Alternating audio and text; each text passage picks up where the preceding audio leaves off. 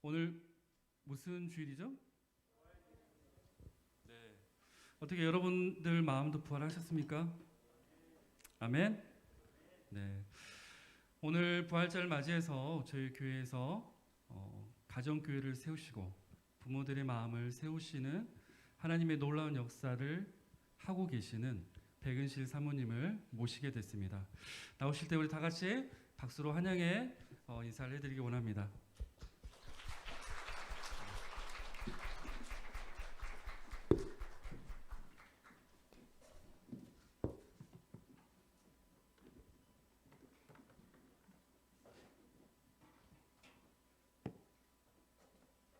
반갑습니다. 귀한 교회 불러주시고 또 세워주신 하나님께 감사드리고 또 교회와 목사님께도 감사를 드립니다. 음성하면 되게 친근해요. 지금도 5일장이 서고 있죠. 저희 외갓댁이 충청도입니다. 그래서 음성장이 서면 어릴 때 할머니가 데리고 가서 짜장면도 사주시고 떡도 사주시고 했던 기억이 나요. 지금 음성장에서 아마 가장 큰 자리에서 신발을 팔고 계신 분을 만난다면 백은실 사모 이름을 팔아서 신발을 싸게 사시기를 바랍니다. 제 외삼촌이십니다. 젊으신 분들은 이제 인터넷으로 구입을 하시겠지만 우리 권사님들이나 또 집사님들은 많이들 또 장에서 사시잖아요. 1,000원이라도 싸게 사시기를 축복합니다. 혹시 극동방송 들으시나요? 네, 매주 화요일 혹시 짱짱 성경 함성 들으시나요? 잘 듣고 계신지 한번 테스트 들어갑니다. 성경! 할렐루야. 네, 먹어버리자 하신 우리 집사님과 네, 우리 성도님들 축복합니다. 매주 화요일 아침마다 매주 한 구절씩 암송을 하고 그 말씀으로 한 주를 살아갈 수 있도록 도와드리는 일들을 하고 있는데요. 같이 말씀을 새기시고 또 그 말씀의 은혜를 경험하셨으면 좋겠습니다. 오늘은 제가 가정 예배로 세워지는 작은 교회라는 제목으로 여러분과 이야기를 나누려고 합니다. 어떻게 저희 가정이 가정 예배를 이렇게 오랜 기간 동안 이어올 수 있었고 또 어떤 은혜를 주셨으며 그 가운데 어떤 희로애락을 겪어왔는지 함께 나누면서 우리 대소 순복음 교회 가운데도 이러한 작은 교회들이 많이 세워지기를 축복합니다. 저는 믿음의 일대입니다. 저희 남편과 제가 만났을 때 저희는 하와이에 있는 낭만적이죠. 네, 하와이에 있는 열방대학이라는 곳에서 제자훈련을 하다가 만나게 되었습니다. 처음 만났을 때 우린 지금도 아주 떳떳하게 서로에게 얘기합니다. 우리 서로 이상형 아니라고.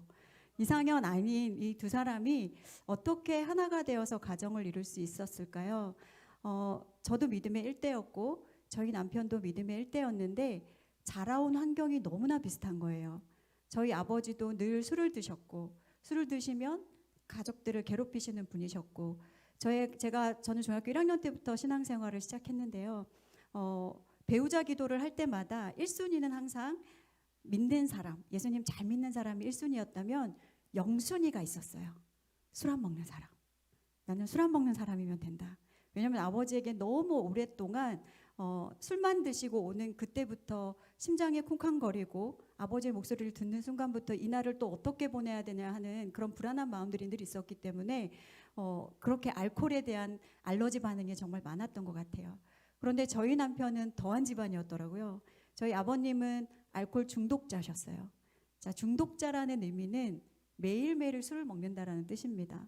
농번기에 이제 저희 남편은 경기도 여주 사람인데 농번기가 되어서 모두 이렇게 농사를 지러 나갈 때 저희 아버님은 막걸리를 몇 마를 받아다 놓고 논두렁에서 술을 드시다가 주무시고 저희 어머니가 사남매를 홀로 키우시면서 술만 드시면 그렇게 어머니에게 폭력을 행사하셨던 아주 악덕 가장 중에 악덕이었던 그런 아버님이 저희 남편이 고등학교 1학년쯤에 돌아가셨습니다. 그런 가정에서 성장하고 지내다 보니 과연 행복한 가정이 있는 걸까? 저는 행복한 가정은 드라마에서라 만들어지는 거라고 생각을 했던 것 같아요. 그래서 그렇게 소망이 없는 삶들을 살다가 열방대학에서 제자훈련을 받으러 갔을 때 여러 나라에서 온 믿음의 가정들을 눈앞에서 보게 되었는데요.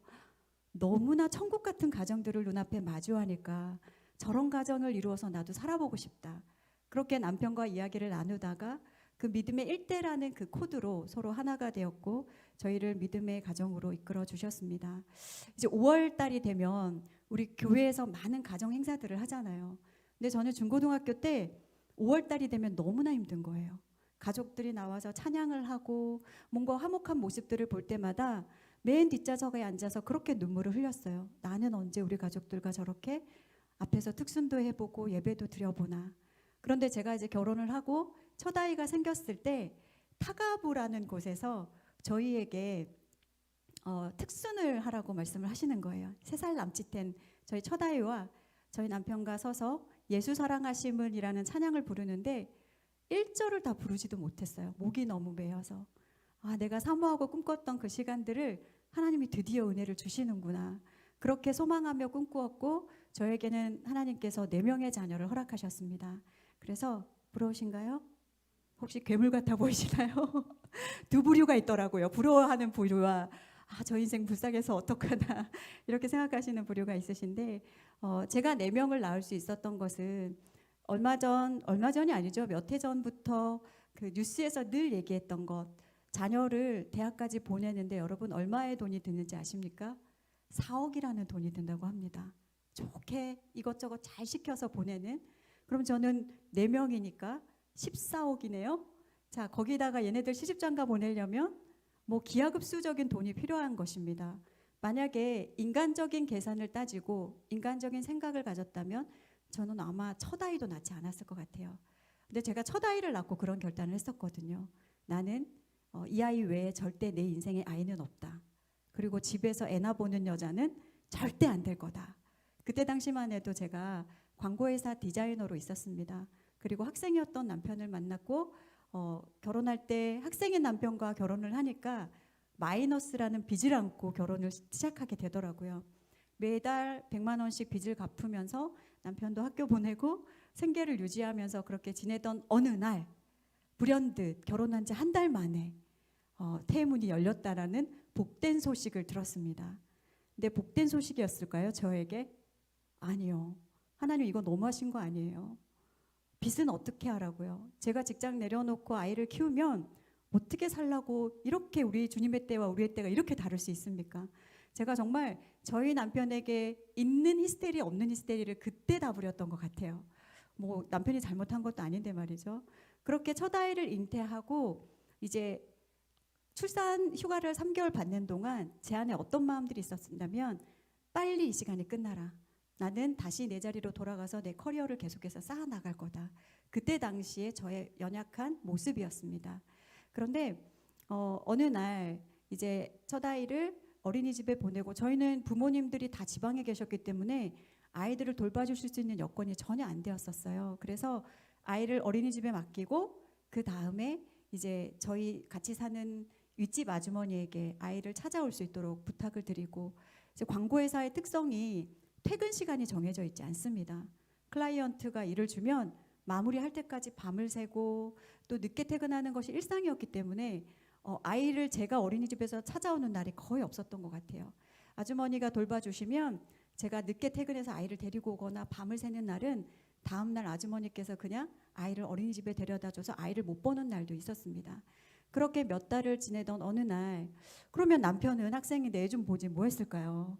설상가상 저희가 주말 부부였거든요. 그래서 남편이 주말마다 이제 올라오고 올라왔던 어떤 금요일 어느 날 직접 아이를 어린이집에 찾으러 가서 보게 되었습니다. 그런데 한 인강단의 반 정도 되는 거실이었을까요? 모두 다 퇴소를 하고 저희 100이 간 넘은 그 아이만 벽을 보고 모로 누워서 자고 있는 모습을 남편이 발견을 합니다. 그리고 아이를 데리고 와서 제가 한 11시경에 퇴근을 하고 집에 왔더니 두 눈이 빨개져서 울고 있는 거예요. 아이를 품에 안고. 그때 저에게 던졌던 남편의 첫 마디가 이런 거였어요. 하나님께서 우리를 믿음의 가정으로 묶어주시고 자녀를 허락하셨을 때는 이 모든 것들을 하나님이 인도하신 계획 안에 주셨지 않았을까. 그렇다면 이 아이를 하나님이 태상급으로 주시고 여호와의 기업으로 주신 이 아이를 다른 사람들의 손에 올려서 돌려서 키우는 것이 아니라 엄마인 당신이 직접 양육해야 되지 않겠냐. 자, 제가 지금까지 장황하게 저희 가정사를 여러분들에게 밝혔던 이유는 이 순간 제가 뭐라고 하는 것이 맞나요? 그럼 어떻게 먹고 살 건데? 어떻게 할 건데? 뭐 이런 불평들이 제 안에서 터져 나왔어야 되는 게 정상인데 성령 하나님께서 그 순간 아멘을 하게 하시는 거예요. 그래서 모르겠다. 그냥 하나님이 알아서 하시겠지. 정말 이런 마음으로 둘이 끌어안고 울었던 것이 첫 시작이었습니다. 그리고 퇴사를 준비하고 아이를 제가 직접 양육하는 것을 시작으로 저는 엄마의 자리로 돌아오게 되었습니다. 제가 어릴 때만 해도 교회에서 목사님들이 그런 설교 많이 해주셨거든요. 아이들은 교회 마당만 밟고 커도 잘 자란다. 여러분 어떠셨나요? 마당만 밟혔더니 잘 자라셨나요? 저희 아이는 그렇지 않더라고요. 열심히 교회 마당을 밟히는데 제가 태교를 너무 잘못했거든요. 늘 일에 찌들려 살았고 출산 2주 전까지 뱃속에 놓고 스트레스를 받았고 하루에 커피 4잔을 마셔가면서 벼터가는 그 시간들이 아이에게 고스란히 전해지면서 정말 잠시도 가만히 있지 않고 우리 어머님들은 아실 거예요. 100일 전후가 되면 아이들이 밤낮을 가리잖아요. 근데 이 아이는 7, 8개월이 넘어가도록 그렇게 보채고 짜증내고 밤낮이 완전히 바뀐 삶을 살았습니다. 그러다 보니 제가 첫 아이에게 참 미안한 부분인데 밤새도록 아이를 달래다가 침대에 던져버리고 싶었을 때가 한두 번이 아니었어요. 그런 시간들을 마주하다가 이 아이가 어떨 때 이제 사춘기가 접어들면서 자기가 불리할 때 꼭 이런 얘기를 하더라고요. 어머니가 태교를 잘못하셔서 이렇다고. 제가 어머니가 태교만 잘하셨어도 제가 이렇지 않다고 이렇게 농담처럼 얘기를 하는데 참 미안한 부분이기도 합니다. 그 아이를 어떻게 하면 말씀으로 키울 수 있을까를 먼저 생각했어야 하는데 저도 엄마이고 아무런 지식이 없다 보니까 문화센터라는 곳을 먼저 두드리게 됩니다. 어떤 교육으로 내 아이에게 좋은 것들을 채워줄 수 있을까? 그런데 그런 것들을 수강할 때마다 제 마음 한켠에 뭔가 계속 부족함들이 느껴지는 거예요. 이거 뭘까? 그러다가 만나게 된 곳이 제가 지금 강사로 섬기고 있는 303 비전 성경 암송학교라는 학교입니다. 처음에 이 학교를 두드렸을 때 저는 제 아이에게 말씀을 먹이기 위한 목적으로 그 학교를 찾아갔어요. 그리고 문을 열고 들어갔더니 100여 명의 어머니들이 앉아서 먼저 암송을 하고 계신 거예요. 자, 제가 제일 뒷좌석에 앉아서 어떤 생각을 했을까요? 와, 나 잘못 왔다. 암송은 나랑 전혀 거리가 먼 건데 내가 이거 난 못한다. 기회를 봐서 도망가야겠다. 이런 생각을 했던 것 같습니다. 그런데 그날 하필 암송한 말씀이 여러분이 잘 알고 계시는 쉐마 말씀입니다. 이스라엘아 들으라. 우리 하나님 여호와는 오직 유일한 여호와이시니 너는 마음을 다하고 뜻을 다하고 힘을 다하여 내 하나님 여호와를 사랑하라. 뭐 여기까지는 저희 이제 첫 아이가 16개월 갓 지나 걸음마를 뗀 아이였기 때문에 왔다 갔다 하는 이 아이를 잡으러 다니느라 말씀이 귀에 들어오지가 않는 거예요. 그래서 여기서는 뭐 암송 하나 보다 하면서 아이를 잡으러 돌아다니는데 이제 4절 6절에서 7절로 넘어가는 그 순간 번개를 맞힌 것처럼 제 머릿속에 하나님이 강한 사명감을 넣어주시기 시작하셨습니다. 그게 뭐냐면요. 오늘 내가 내게 명하는 이 말씀을 너는 마음에 새기고 뭐라고요? 오늘 내가 내게 명하는 이 말씀을 너는 먼저 네 마음에 새겨라. 그 다음에 내 자녀에게 부지런히 가르치라 라고 말씀하시는 거예요. 언제요? 집에 앉았을 때든지 길을 갈 때든지 누워있을 때든지 일어날 때든지 이 말씀을 강론할 거래요. 그 부르심 앞에 제가 아멘하게 되는 거예요. 나는 내 아이에게 먼저 말씀을 새기고 이 아이의 변화를 위해서 이곳을 찾았는데 하나님은 이 아이가 아니라 내가 먼저 변화의 자리에 있기를 원하시는구나.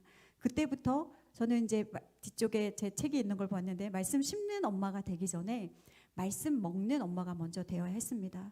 꿀과 송이꿀보다 더 단 말씀의 맛을 맛보고 나니까 그렇게 기쁠 수가 없는 거예요. 그렇게 맛있을 수가 없는 거예요. 이 좋은 걸 저 혼자 먹을 수가 없겠더라고요. 그래서 첫 아이가 16개월 되었을 때부터 이 아이에게 말씀을 심기 시작했고 그때부터 저에게 주어졌던 사명 중에 하나가 가정 예배였습니다. 이제 암송학교에서 숙제를 내어주시는 것 중에 하나가 가정 예배였어요. 매일매일 자녀들과 함께 드리는 가정 예배. 저도 결혼하기 전에 얼마나 남편과 많은 꿈을 꾸었겠습니까? 우리가 결혼하면 이런 것도 해보자. 우리는 믿음의 가정으로 이런 것도 해보자. 그래서 남편과 첫 번째 약속했던 것이 우리가 다른 교육은 몰라도 성경과에는 꼭 시키자. 그리고 거기에 우리가 물질과 시간을 꼭 투자하자. 이것이 남편과 저의 약속이었어요. 그런데 아시다시피 첫 아이를 키울 때 내 삶이 찢겨져 나가는 것처럼 우리가 없는 삶을 살게 되잖아요. 저도 마찬가지였거든요. 저 하나 돌보는 것도 어려운데 아이까지 보려니 그 시간들이 정말 너무나 힘들고 초췌한 그 시간 속에서 말씀을 붙들고 이 아이에게 뭔가 내가 복음을 제시하고 할 수 있는 그런 상황들이 아니었던 것 같아요. 그러나 암송학교를 통해서 숙제를 하나하나 시작하는 것으로 세워진 것이 가정예배의 첫 시작이었습니다. 결혼할 당시만 해도 크리스찬이라는 이런 그냥 사명감 때문에 우리가 그냥 한 달에 한 번 정도 의무적인 예배를 드렸다면 이때부터는 하나님이 부어주시는 은혜로 매년 차곡차곡 쌓아 올리면서 16년, 17년 동안 이렇게 매일매일 가정 예배를 드리는 가정이 될 수 있었습니다. 제가 이제 저희 아이들을 어릴 때부터 말씀으로 교육하고 이 아이들과 지금까지 이어오는 삶을 이렇게 부모 교육을 하러 다니다 보면 많은 분들이 이런 말씀들을 하세요. 사모님이시니까, 목회자 가정이시니까 그렇게 하시는 거잖아요. 그런 질문들을 정말 많이 받았습니다. 우리가 자녀들에게 복음을 제시하고 믿음의 유업들을 흘려보내는 것이 비단 목회자 가정만 해야 되는 것일까요? 아니요. 부모로서 불러주신 그 사명 앞에 모두가 순종해야 될 하나님의 명령입니다. 그렇다면 저는 이제 뭐 아무리 바빠도 가정예배 책을 읽어보신 분은 아시겠지만 처음부터 사모가 아니었거든요. 저는 집사로 지냈던 기간과 사모로 지나온 기간들이 거의 시간이 비슷합니다. 저희 남편을 하나님께서 좀 늦게 부르셨어요. 그런데 모자실에서 유별난 집사로 좀 유명했습니다. 아이들에게 예배 시간에 먹을 것도 안 주고 돌아다니지도 못하게 하고 예배 훈련을 시키고 그 아이들에게 정말 지독하리만큼 아이들은 무릎에 앉아서 끝까지 예배를 사수하는 모습을 볼 때 뭘 저렇게까지 하나, 정말 유별나다. 그런데 시간이 1년, 2년, 3년, 4년이 지나고 나니까 한 분, 두 분 저에게 요청을 하시는 거예요. 어떻게 하면 그렇게 할 수 있는지 가르쳐 주세요. 그렇게 우리 교회 안에서의 문화들을 만들어가기 시작했고 그 안에서 함께 교회의 아름다운 모습들을 만들어가면서 이것은 유별난 사람들이 하는 특별한 교육이 아니라 구별된 하나님의 자녀들이 하나님 앞에서 구별된 자녀의 방법들로 우리의 자녀를 특별한 하나님의 자녀로 만들어가는 것, 그것이 하나님 앞에 부르심 앞에 순종하는 부모의 사명인 줄로 믿습니다. 우리가 명심해야 될 것은 복음과 이런 믿음의 말씀들은 절대 유전되지 않습니다. 유전되지 않아요. 우리가 유전되는 거라면 우리 아이들에게 가르칠 필요가 없어요. 우리가 목숨 걸면서 다음 세대 외칠 필요가 없습니다. 나만 열심히 하면 되죠. 어차피 유전될 거니까. 그러나 우리가 성경을 보거나 아니면 지금까지의 시대의 상황들을 본다 할 때 절대 유전되지 않더라는 거죠. 그렇게 복음을 전수하고 열방과 민족에 흘려보냈던 이런 유럽에 있는 많은 교회들이 다음 세대가 다 없어져 버렸고 교회들이 사라지고 있습니다. 왜 그럴까요?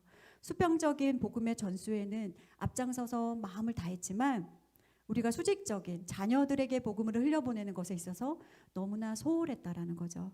그러면 우리가 코로나 팬데믹을 겪으면서 어떤 일들이 벌어졌나요? 갑자기 모든 것들을 감당하려고 하니까 어머님들이 소위 전문 용어로 멘붕을 겪으셨어요. 바닥을 보는 거. 내가 아이들의 교육도 담당해야 되고 신앙교육도 담당해야 되고 이 모든 것들을 한꺼번에 하려니까 아이들도 부모의 빛낯을 보게 되었고 부모들도 우리 아이들이 이 정도밖에 되지 않았나라는 서로의 실망감을 감추지 못하는 시간을 정해왔습니다. 그러면 우리가 어떤 마음을 대처해야 되냐? 예전에는 맡기는 것에 익숙한 시대였어요. 아이가 100일만 돼도 우리는 어린이집에 맡겨버립니다. 빨리 무엇인가에서 벗어나려고 해요. 맡기고 학원에 맡기고 학교에 맡기고 모든 것에 맡기고 신앙교육은 어땠나요? 일주일에 우리가 168시간이라는 시간을 살아가는 동안 일주일에 1시간을 교회에 맡기면서 이 아이가 신앙적으로 완벽한 아이로 성장하기를 기대했다라는 것이죠. 그렇다면 이제는 맡기는 교육에서 감당하는 교육으로 전환되어야 될 줄로 믿습니다. 부모에게 주신 사명은 맡겨주신 자녀에게 믿음과 복음의 유업들을 흘려보내고 그 복음을 전수하고 이 아이들이 그것을 받아들이고 하나님의 사람으로 예수님의 제자로 커나갈 수 있도록 주신 사명, 그 사명 앞에 순종하는 저와 여러분 되시기를 축복합니다. 네, 가정예배 이야기를 좀 본격적으로 여러분과 이야기를 나누려고 하는데요. 저도 히브리어를 잘 알지 못합니다. 그런데 아무리 바빠도 가정 예배라는 제목은 사실 제가 CGN TV에서 아무리 바빠도 가정 예배라는 프로그램에 패널로 출연하면서 와, 이 제목은 정말 너무나 중요한 제목이다라는 것을 깨닫게 되었어요. 그래서 이제 그 CGN 측의 양해를 구하고 이 제목을 책 제목으로 가져올 수 있었습니다. 거기에 함께 패널로 출연하셨던 구약학 박사이신 권혁승 교수님께서 그 얘기를 해주시더라고요. 구약에서 바이트라는 단어가 집이라고도 쓰여지고 또 성전이라고도 쓰여지는 동일한 단어로 쓰이는 이유가 뭔지 아느냐라는 질문을 해주셨어요. 어떤 이유일까요? 라고 이제 물어보셨을 때 그것은 성전이 하나님을 거하시고 하나님을 예배하는 장소라면 가정도 동일하게 하나님이 거하시고 하나님을 예배하는 곳이기 때문에 똑같은 단어로 쓰였을 것이다 라면서 말씀해 주셨어요. 그래서 가정 예배가 왜 중요한지에 대해서 한 번 더 짚어주는 시간들이 있었습니다. 여러분은 가정 예배 드리고 계시나요? 코로나 팬데믹을 겪으면서 지금 많은 한국 교회가 가정 예배의 중요성에 대해서 다시 한번 깨어나고 있는 시간들이기도 합니다. 왜냐하면 예배가 닫히고 비대면 예배를 드릴 때 가정 가운데서 예배가 살아나지 않으면 이 예배를 이어갈 수가 없었거든요. 그래서 우리가 교회에서만 예배를 드리고 교회 안에서만 하나님을 찾는 곳이 아니라 우리의 삶의 시작은 교회 문 밖을 나가고 나서부터가 시작임을 우리가 명심하셨으면 좋겠습니다. 하나님은 편재하시는 하나님이시고 무소부재하신 하나님이십니다. 어디에도 계시고 우리가 하나님을 예배하는 사람들이라면 어느 곳에서도 예배할 수 있는 사람이 되어야 하는데요. 성경에서 수많은 우리가 성경을 읽지만 가정 예배드리라는 구절은 단 한 구절도 없는데 이걸 왜 꼭 해야 되나요? 라는 이야기들을 많이 하셨어요. 그런데 우리 초대교회도요. 가정에서부터 시작이었어요. 우리가 신약을 보면 나와 있죠. 그런데 구약에도 수도 없이 많은 예배의 제단들을 쌓았던 것들을 볼 수가 있습니다. 그런데 이것을 어떻게 가정 예배로 해석할 수 있을까요? 야곱이 자기 집안 사람과 자기와 함께한 모든 자에게 이르되 너희 중에 있는 이방 신상들을 버리고 자신을 정결하게 하고 너희들의 의복을 바꾸어 입으라. 우리가 일어나 베델로 올라가자. 내 환난 날에 내게 응답하시며 내가 가는 길에서 나와 함께 하신 하나님께 내가 거기서 제단을 쌓으려 하노라 하매라고 나옵니다. 제단을 쌓았을 때 야곱만 쌓았을까요? 노아가 방주에서 나와서 아들과 며느리들을 제쳐두고 혼자서 제단을 쌓았을까요? 그렇지 않을 거예요. 온 가족이 함께 우리를 인도해 주시고 우리를 구원해 주신 그 하나님의 은혜에 감사하며 그 자리에서 함께 예배 제단을 쌓았을 것입니다. 그렇다면 가정 예배가 그냥 나만 드려지는 예배가 아니라 믿는 가정에 믿음이 있는 없는 가정과의 구분할 수 있는 그것이 무엇인가? 이 가정이 하나님을 경외하고 있는가? 하나님을 예배하고 있는가의 병폐가 나누어지라고 생각이 되어집니다. 우리는 예배자로서의 부르심 앞에 먼저 순종해야 됩니다. 이제 저희 아이들과 함께 소요리 문답을 쭉 한번 읽으면서 예배 시간에 아이들과 공부했던 적이 있는데 그때 소요리 문답의 제1문에 이런 질문이 나옵니다. 사람의 제일 되는 목적은 무엇입니까? 라는 질문 앞에 사람의 제일 되는 목적은 하나님을 영화롭게 하고 그분을 영원토록 즐거워하는 것입니다. 여러분을 왜 불러주셨냐면요. 하나님을 영화롭게 하고 그분을 영원토록 즐겁게 하라고 여러분을 불러주신 거예요. 그러면 이 각자 한 사람 한 사람이 모여서 가정을 이루었다면 그 가정의 공동체가 모여서 무엇을 해야 되느냐? 모여서 맛집을 찾아다니고 모여서 좋고 아름다운 풍경을 찾아서 여행을 다니고 모여서 TV를 보라고 뭉쳐주신 가정의 공동체가 아니라 우리는 언약의 공동체입니다. 우리는 하나님 앞에 예배하기 묶어주신 예배하라고 예배자로 세워주신 그 공동체인 줄로 믿습니다. 그래서 우리는 하나님을 찬양할 수밖에 없는 것 같아요. 제가 좀 그런 부분에 민감하거든요. 막 꽃이 피고 지고 파란 새싹이 돋고할 때마다 정말 반응을 좀 남다르게 합니다. 그러다 보니 저희 아이들이 참 하나님 우리 엄마는 참 한결같다고 어떻게 해가 바뀌어도 저렇게 변함이 없냐고. 그런데 여러분들이 산을 가든 바다를 가든 하나님의 자연을 볼 때 힐링이 되시잖아요. 나도 모르게 치유가 되시잖아요. 그것들을 보면서 감탄하게 되시잖아요. 하나님이 지으신 이 모든 천지 만물을 보며 우리가 그렇게 감탄할 수 있는 존재, 하나님을 높일 수 있는 존재로 만들어 주셨거든요. 그래서 자연스럽게 우리가 반응하고 있는 것입니다. 우리를 창조해 주신 그 이유와 본질들을 회복하시기를 축복합니다. 그 기본적인 마음들이 회복되어야만 왜 우리가 예배드려야 되는 가정이 되어야 하고 우리의 가정이 하나님의 예배자로 서야 되는지를 당연한 것으로 여기고 예배자로 굳건히 서 나가게 될 줄 믿습니다. 좀 가정 예배의 좀 근본적인 것들을 여러분과 나누고 싶은데요. 첫 번째는 가정 예배는 우리가 드려도 되고 안 드려도 되는 선택이 아니라는 것이죠. 마땅히 믿음의 공동체라면, 하나님을 믿는 가정이라면 하나님 앞에 마땅히 예배드려야 함이 맞습니다. 저는 아까도 말씀드렸던 것처럼 중학교 1학년 때부터 신앙생활을 해왔고 믿음의 1대이다 보니까 가정 예배의 롤모델을 보고 자라지 못했습니다. 저희 가정은 어떤 가정이었냐면요. 어느 날 제가 이제 혼자 믿음 생활을 하면서 저희 아버지가 돈에 참 많이 이렇게 매여 계신 분이었거든요. 뭐 중학생짜리가 교회 가서 헌금을 하면 얼마나 한다고, 교회 가는 거가 제일 첫 번째 반대하는 목적은 헌금이었어요. 그리고 이제 제가 공부를 잘하는 학생도 아니었음에도 공부 안 한다고, 교회 가면 공부 안 하고 늘 그렇게 이제 핍박을 하셨는데, 중고등학교 때 수련회를 도망치듯 엄마가 살짝 얘기하고 아빠한테도 그냥 흘리듯 얘기하고 도망치고 다녀오면, 그때 당시에는 핸드폰도 없는 시대였는데 어떻게 그 교회의 지방에 있는 교회 전화번호를 알아서, 그 말은 제가 다니고 있던 모 교회에 가서 여러 가지 그 전문용어로 깽판을 치신 거죠.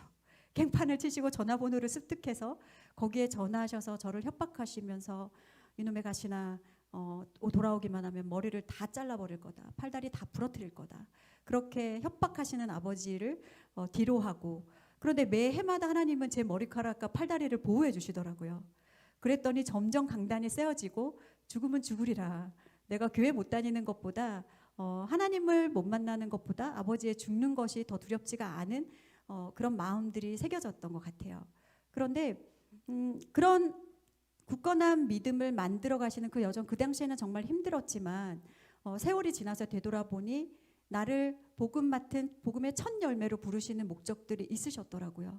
하나님께서 은실아, 너가 예수님을 떠나면, 네가 교회를 떠나면 너희 집은 지옥이다. 모든 사람들을 지옥에 가는 것이 시간 문제다. 끝까지 하나님 앞에 머물러라. 그 마음들을 저에게 주셨던 것 같아요. 그런데 저 혼자 처음으로 예배드리게 된 사건들이 있었습니다. 이제 그 사건이 어떤 사건이었냐면요. 어느 날 고등학교 때 제가 이제 하교를 하고 집으로 오는데 저희 아파트 단지에 이렇게 들어갈 때부터 이상한 소리가 들리기 시작하는 거예요. 이 소리가 도대체 무슨 소리야? 저희 동으로 들어가고 1층 엘리베이터 앞에 딱 섰는데 소리가 점점 선명해집니다. 뭐 이게 무슨 소리지? 엘리베이터를 타고 저희 집이 6층이었어요. 6층을 뚝 누르고 문이 딱 열리는 순간 그 소리가 점점 선명해집니다. 저희 집을 들어가려고 딱 봤더니 현관문이 활짝 열려 있는 거예요. 그리고 낯선 신발들이 가득 놓여져 있었습니다. 그리고 문을 향해서 들어가는 그 순간 제가 그 자리에서 얼어버렸어요. 저희 오빠가 그 당시에 고3이었고 대학에서 떨어졌는데요. 오빠가 대학이 떨어진 이유가 저희 할머니가, 친할머니죠. 친할머니가 언제 돌아가셨냐면요. 저희 아버지가 태어나고 얼마 되지 않아 돌아가셨어요. 그래서 저희 아버지는 동양젖을 먹고 자라신 분입니다. 그런데 그렇게 오래전에 돌아가신 할머니가 오빠의 인생을 가로막아서 오빠가 대학에 떨어졌다. 그 이후로 저희 집에서 굿을 버리고 있는 것을 그 자리에서 목격을 하게 되었습니다. 부모님이 안 믿는 것에 대한 것들에 대해서는 견딜만 했어요. 왜냐하면 내가 복음을 전하면 되고 언젠가는 하나님이 부르실 거니까라는 확신이 제 안에 있었기 때문에. 그런데 하나님 앞에서 그렇게 우상을 섬기며 죄악을 범하고 있는 모습을 볼 때 제 모습이 바닥으로 나락으로 떨어지는 것 같더라고요. 너무나 속이 상해서 그 자리에 그냥 얼어버렸어요. 저희 오빠를 광목청 같은 걸로 막 둘둘 감더니 막 스님처럼 보이는, 스님도 아니에요. 무슨 그런 분이 막 깃발로 쓸어내리더니 거기서 깃발을 하나 뽑게 하시는 거예요. 그러더니 오빠가 그 수많은 깃발 중에서 태극기를 뽑더라고요. 그런데 올해는 합격! 이렇게 얘기를 했어요. 막 주위에 있는 사람들이 막 환호하면서 징을 치고 방울을 흔들고 난리법석을 떨더라고요. 저는 너무 화가 나서 거실을 가로질러서 제 방에 들어와서 문을 쾅 닫아버렸습니다. 그리고 제 방에 있는 작은 오디오에 찬양을 있는 대로 크게 틀어놓고 제 방에서 따라 부르기 시작했어요. 얼마나 눈물이 나던지요. 이게 뭐 하는 짓이야. 저희 오빠가 정말 똑똑한 오빠였는데 저렇게 공부도 잘하고 똑똑한 애가 왜 저런 걸 믿고 저걸 하고 있지? 이해가 되지 않았어요.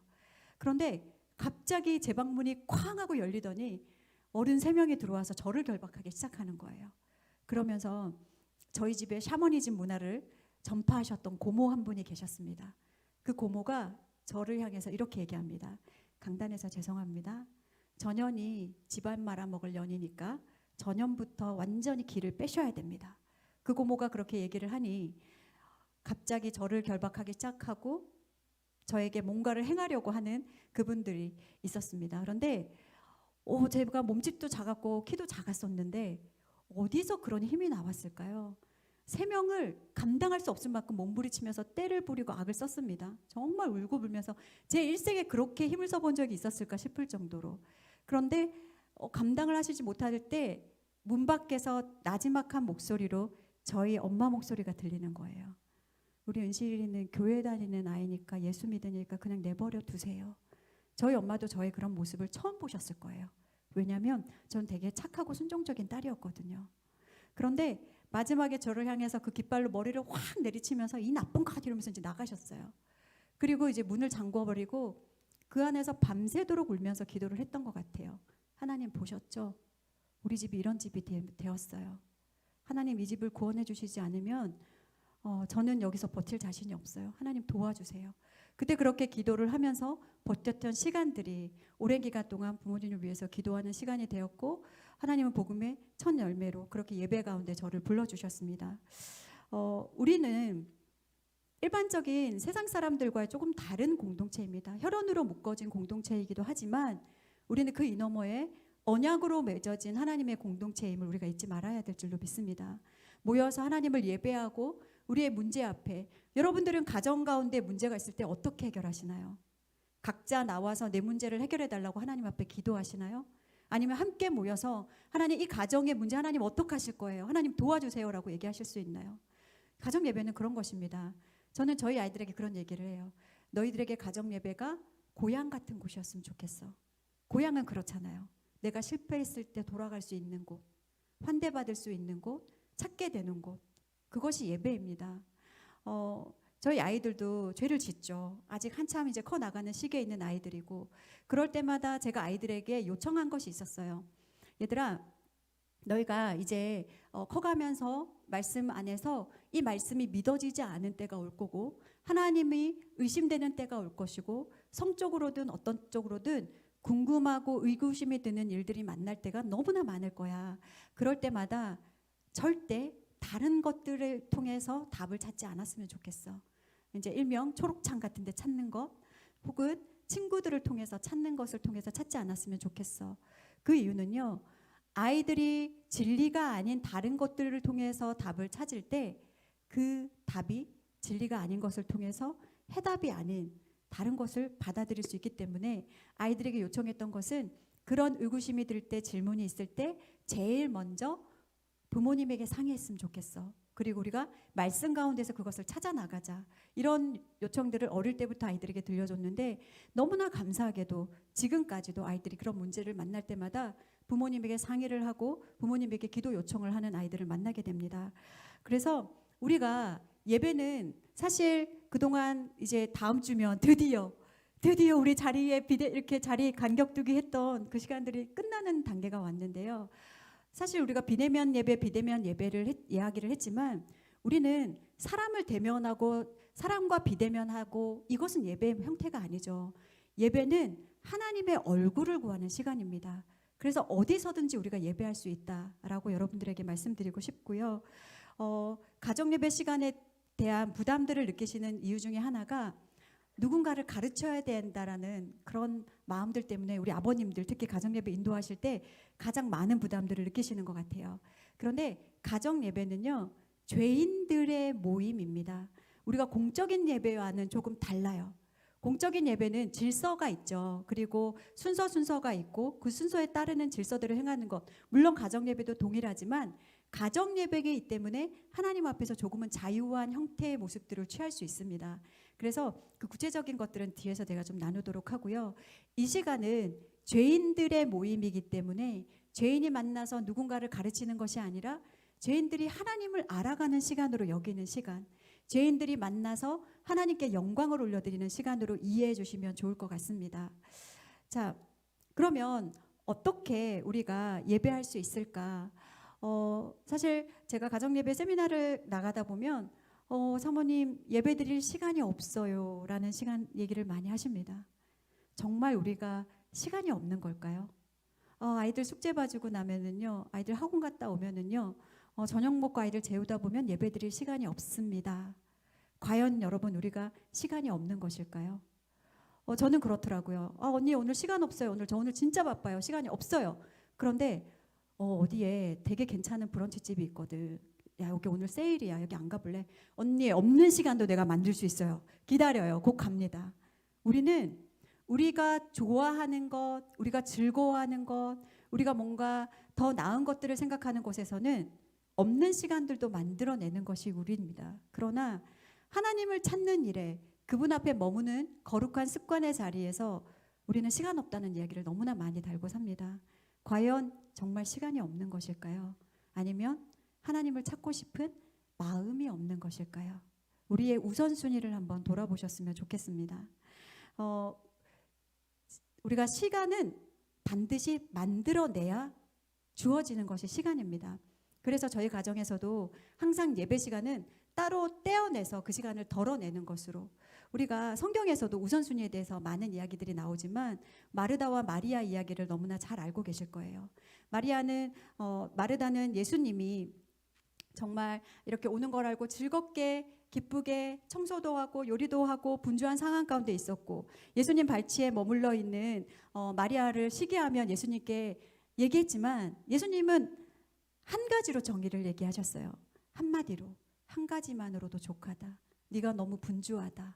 하나님 앞에 머무는 일, 예수님 앞에 머물러서 기도하고 찬양하는 일보다 더 귀한 일은 없습니다. 그러면 우리의 하루에 주어진 24시간 가운데 우리가 가정 예배를 1시간, 2시간 드리는 거 아니잖아요. 짧게 모여서 1, 2, 3분으로 끝나는 예배도 있고, 은혜 주시면 30분 넘게 드리는 예배도 있고, 그 예배 시간에 하나님을 먼저 찾는 것이 우리의 귀중한 삶의 습관이 되어야 되는 줄로 믿습니다. 제가 가정 예배를 말하기 전에 먼저 거룩한 습관을 여러분에게 말하고 싶습니다. 그 중심에 있는 성경의 인물 중에 한 명은 다니엘입니다. 다니엘은 여러분이 잘 알고 계신 것처럼 왕의 조서에 도장이 찍힌 것을 알았대요. 무엇을 의미하나요? 네가 왕이 아닌 다른 것을 섬기면 넌 사자굴에 던져져서 죽을 거야. 이 조서였어요. 그리고 거기에 왕의 인장이 꽝 하고 찍혀 있습니다. 그것을 다니엘은 알았대요. 알았는데 어떻게 하나요? 네, 매일 하루에 3번씩 예루살렘을 향해서 위층에 올라가서 창문을 열고 기도합니다. 어떻게 해요? 전에 하던 대로. 거룩한 습관입니다. 우리 예수님도 습관을 따라서 기도하셨던 모습들이 있죠. 전에 하던 대로. 전에 하던 대로의 신앙은요, 어떤 고난과 두려움과 위험 앞에 절대 무너지지 않는 신앙입니다. 내가 코로나 팬데믹이라는 긴 시간을 지나면서도 늘 하나님 앞에 예배했던 사람들은요, 그것이 힘든지 모르고 지나왔지만 갑자기 내가 무언가들을 습관화하고 만들어가려고 애썼던 사람들은 이 시간이 너무나 힘든 시간들이었습니다. 그러면 이 전에 하던 대로의 습관들 우리가 어떻게 이어나갈 수 있을까요? 제가 이 부분에 간증은 하나 하고 가야 되겠어요. 이제 저희 아이들에게 어릴 때부터 말씀을 좀 계속해서 말씀을 먹여왔고 이 아이들에게 암송을 시키면서 어떻게 하면 암송한 말씀들을 삶 속에서 적용할 수 있을까를 얘기하면서 늘 아이들에게 그 말씀을 암송하고 나면 이것을 삶 속에서 좀 드러내도록 그런 훈련들을 해오고 있을 때였습니다. 이제 저희 아이가 첫 아이가 7살 될 무렵, 그리고 둘째가 5살, 그리고 셋째가 이제 2살 무렵이었을 때 저희 가정에 이렇게 친밀하게 교제하시는 한 장로님이 계셨어요. 근데 이제 이 장로님께서 어떤 사역을 하셨냐면 이제 이 장로님은 성결교단에 계신 장로님이셨는데 새신자 사역을 부서를 담당하시는 장로님이셨어요. 그런데 새신자들 중에 이렇게 교회 자영업을 하시면서 처음 오시는 신도들은 주일에 이렇게 가게 문을 닫는 것에 대한 두려움들이 있습니다. 일요일 장사가 제일 잘 된다고 생각을 하시잖아요. 그래서 주일에 예배 드리지 못하는 그런 두려움들이 있으신데 장로님께서 이제 제일 먼저 첫 예배를 드리시고 그분들을 잠깐 가게를 봐주시면서 빨리 가서 예배 드리고 오시라고, 어느 정도 믿음이 쌓을 때까지 그렇게 몇 주만 도와드리면 그분들이 은혜 받고 자연스럽게 예배의 자리를 지켜나가는 것들을 보면서 교회적으로 이제 그 사역을 하고 있는 부서였어요. 그래서 장로님이 그날도 첫 예배를 드리시고 이제 2부, 3부 이렇게 다른 교인들이 예배에 올 수 있도록 도와주시다가 그 장소에서 폭발 사고가 일어나게 되었습니다. 그리고 온몸에 3도 화상이 넘는 전신 화상을 입고 생사오락에 한 1년 반 동안 병원에서 계시게 되셨는데 사고가 나자마자 저희 가정에 중보를 요청하셨고 저희 가정도 1년 반 동안 쭉 기도를 하다가 그 사이에 셋째도 태어났고 장로님이 이렇게 이제 다 완치가 되셔서 저희 가정을 만나고 싶다고, 그래서 아이들과 만나러 가는 시간들이었어요. 그런데 여러분 5살, 7살 남자아이들 어떤 성향인지 아시잖아요. 장로님의 모습을 보면서 아이들이 징그러워하거나 무서워하면 어떡하지? 그래서 만나기 전에 제가 이제 단도리를 했습니다. 조이야, 온유야, 우리가 그동안 같이 기도했던 장로님 이제 내일 만날 거야. 그러면 얼굴 너무 뚫어지게 쳐다보지 않기, 그리고 또 장로님을 이상한 눈빛으로 쳐다보지 않기 잘할 수 있겠어? 그랬더니 네! 라고 얘기를 했지만 사실 좀 마음에 불안함들이 있었습니다. 그런데 저희가 장로님이 모든 몸이 다 녹아내렸기 때문에 몇 달간은 눈꺼풀이 없어서 잠을 제대로 주무실 수 없어서 유일하게 살아있는 살이 겨드랑이 살이었었거든요. 그래서 그 겨드랑이 살을 눈꺼풀로 이식을 하셨고 얼굴이, 우리 어르신들은 아실 거예요. 남궁원 영화배우 아시죠? 그렇게 잘생기셨던 장로님의 얼굴이 다 사라지고 저희를 만났던 날이 8월에 어떤 한밭 더위에 있던 날이었는데 번거지 모자 쓰시고 마스크 쓰시고 긴 팔에 긴 다리에 긴 바지에 장갑까지 끼고 오셨어요.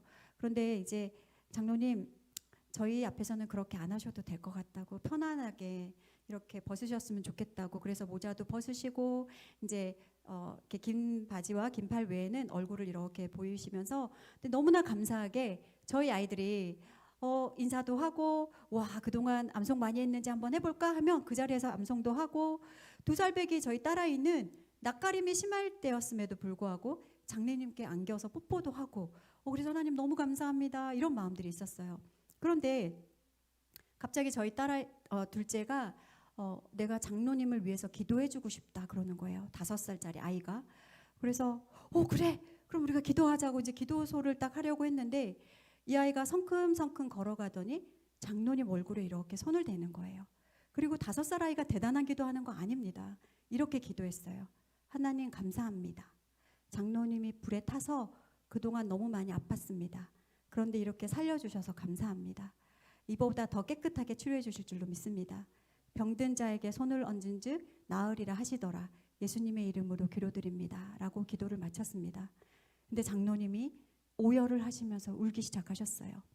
장로님이 어떤 이야기를 해주셨냐면 한 번도 병원에 계신 1년 6개월이라는 시간 동안 단 한 번도 하나님 앞에 원망해 보신 적이 없으셨대요.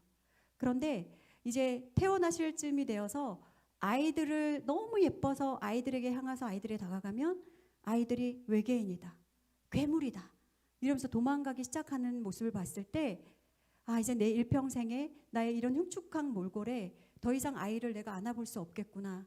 나는 아이들에게 괴물이고 외계인이 되는구나.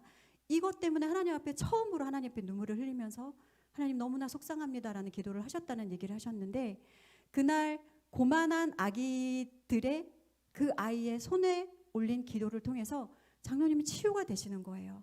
근데 제가 여기서 말씀드리고 싶은 것은 이 아이가 이렇게 대단한 아이입니다가 아니라요. 이 아이는 전에 하던 대로 하던 습관이었어요. 그게 무엇이었을까요? 그때 당시에 저희 아이들과 제가 암송했던 말씀이 마가복음 말씀이었습니다. 믿는 자들에게는 이런 표적이 따르리니 그들이 귀신을 쫓아내며 새 방언을 말하며 뱀을 집어 올리며 무슨 독을 마실지라도 해를 받지 아니하며 병든 자에게 손을 얹은즉 나으리라 하시더라. 이 말씀을 암송할 때 얘들아 우리는 믿는 사람이잖아. 하나님께서 우리에게 이런 표적이 따르게 해주신대.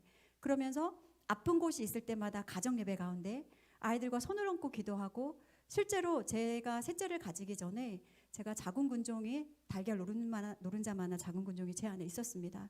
근데 그 말씀을 덮고 아이들과 선포하면서 기도했을 때 하나님이 수술 없이 아래로 쏟아져 나오는 기적을 베풀어 주셨던 간증들이 있었거든요. 근데 아이들과 함께 늘 아픈 곳에 손을 얹고 기도했던 그 습관들, 그냥 저대하던 대로 했던 그 습관이 이 아이가 오랜만에 장로님을 만났는데 모든 것은 다 가려져 있었고 가장 아파 보였던 그 얼굴에 손을 얹고 기도했을 때 어린아이들과 젖먹이들의 입으로 권능을 세우시며 이는 원수들의 보복자들을 잠잠하게 하려 하심이니이다.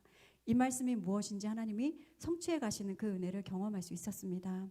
우리가 다른 것들을 자녀들에게 물려주시는 것이 아니라 거룩한 습관, 예배의 자리가 거룩한 습관의 자리가 되고 하나님을 찾는 자리가 습관이 되고 기도의 자리가 습관이 될 수 있도록 그 자리에 우리 부모님들이 먼저 앉으시고 그 자리에서 우리 자녀들을 초청해 주시기를 축복합니다. 그렇게 했을 때 한 사람을 통해 역사하시는 그 하나님의 은혜, 5살짜리가 뭐라고 장로님의 그 응어리진 마음의 것들을 회복시켜 주시고 그날 아이들에게 금일봉도 주시고 맛있는 것도 사주시고 과자도 이만큼 사주셔서 얼마나 행복하게 이렇게 아이들이 돌아왔는지 모르겠습니다. 우리의 자녀를 거룩한 습관을 지닌 자녀로 키워주시기를 축복합니다. 네, 그러면 본격적으로 좀 가정 예배에 대해서 얘기할 텐데 제일 먼저 각자의 부르심 앞에 예배자가 되셔야 됩니다. 하나로 모여서 예배드리기 이전에 저는 저에게 스스로 붙인 예배자로서의 표준은 하루살이 엄마 예배자입니다. 저희는 4명의 아이가 있습니다. 이 4명의 아이들과 살아가는 삶은요 아주 치열해요. 여러분이 여기 지금 충청도에 계셔서 얼마나 감사한지 모르겠어요. 서울에서 평일에 저를 만나면 몰라보실 거예요. 저 이렇게 예쁘지 않아요. 평소에 화장 안 한 얼굴과 화장한 얼굴 너무 다릅니다. 4명의 아이를 키우는 일상으로 돌아가면 이렇지 않다라는 것이죠. 오늘은 제가 여러분을 만나기 위해서 얼마나 꽃단장을 하고 왔냐.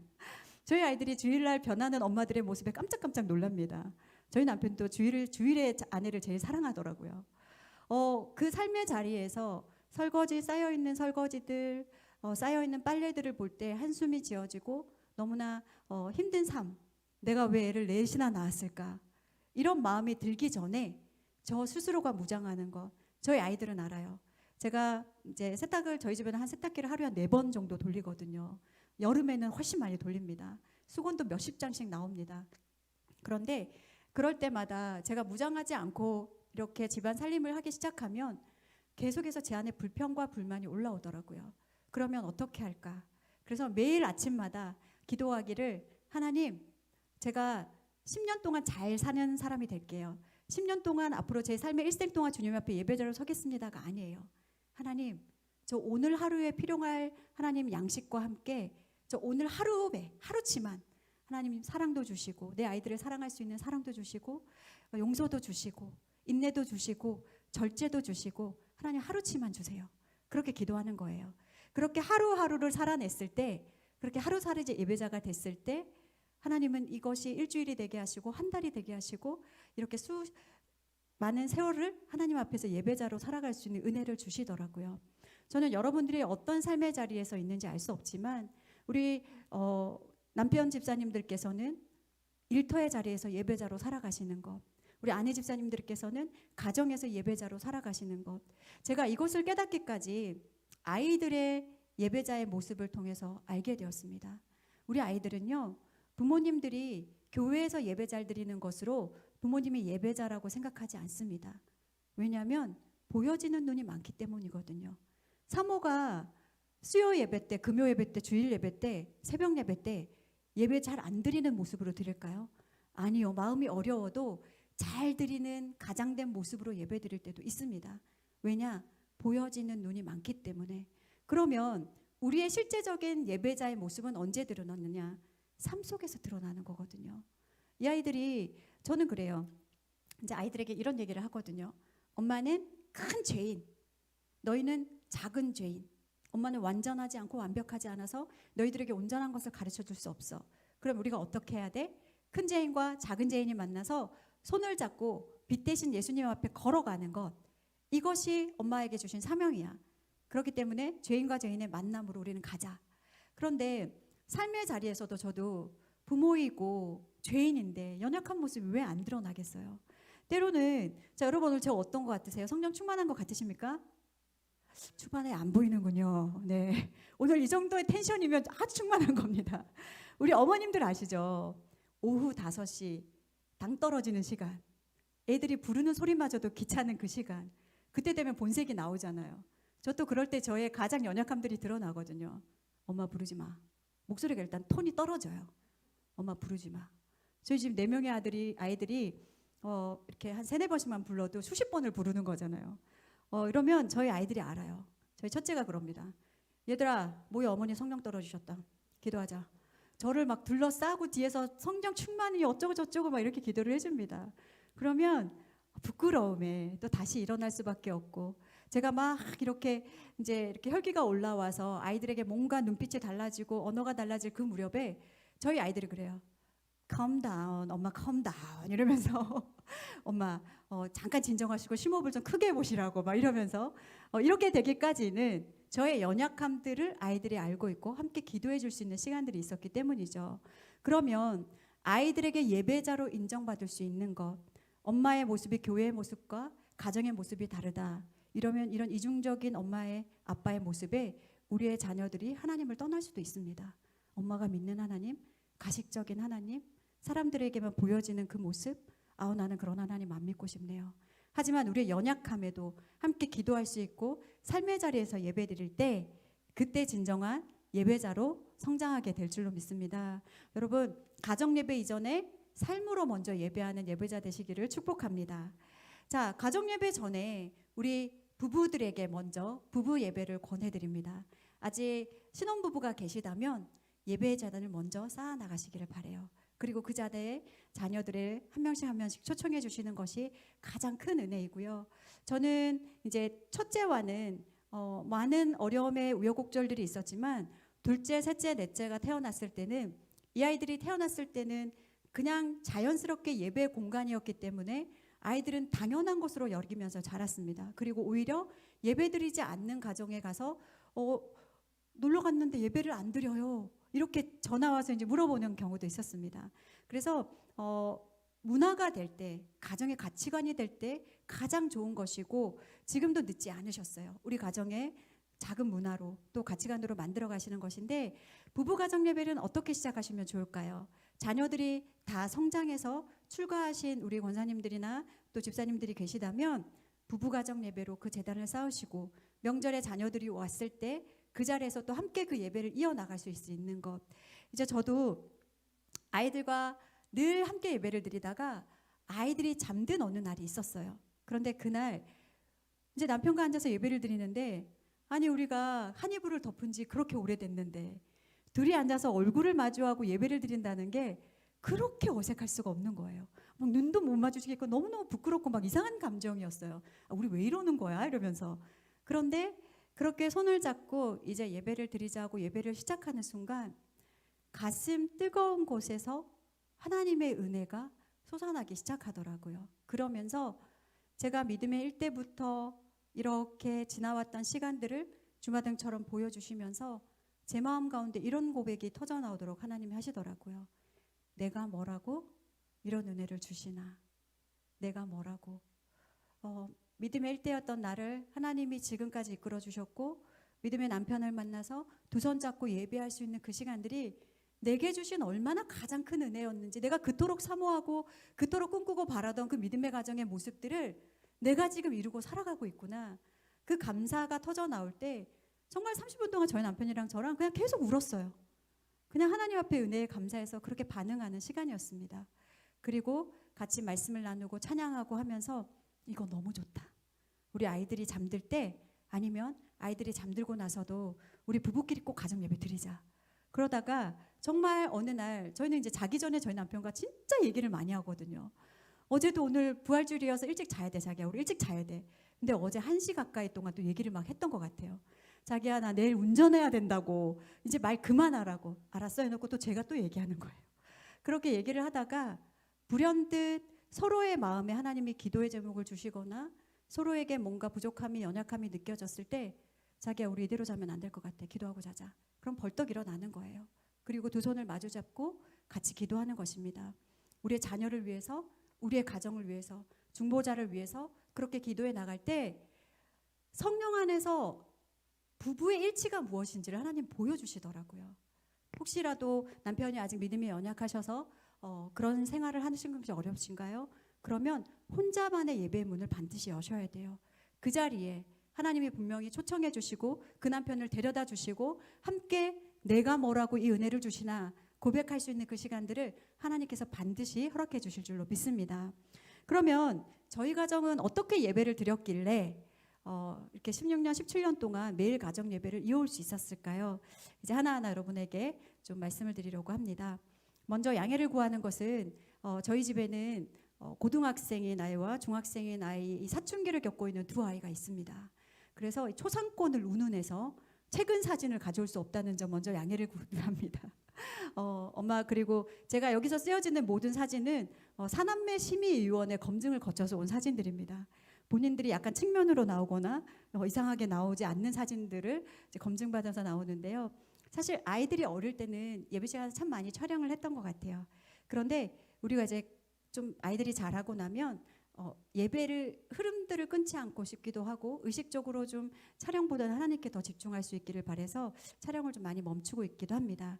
저희 가정은 6명의 예배자가 있습니다. 지금 이제 막내가 초등학교 3학년이에요. 그 아이부터 남편까지 돌아가면서 예배 인도를 합니다. 어떻게 어린 자녀들이 예배 인도를 할 수 있을까요? 자, 저희 집은 몇 살이 되면 예배 인도의 자리에 세웠을까요?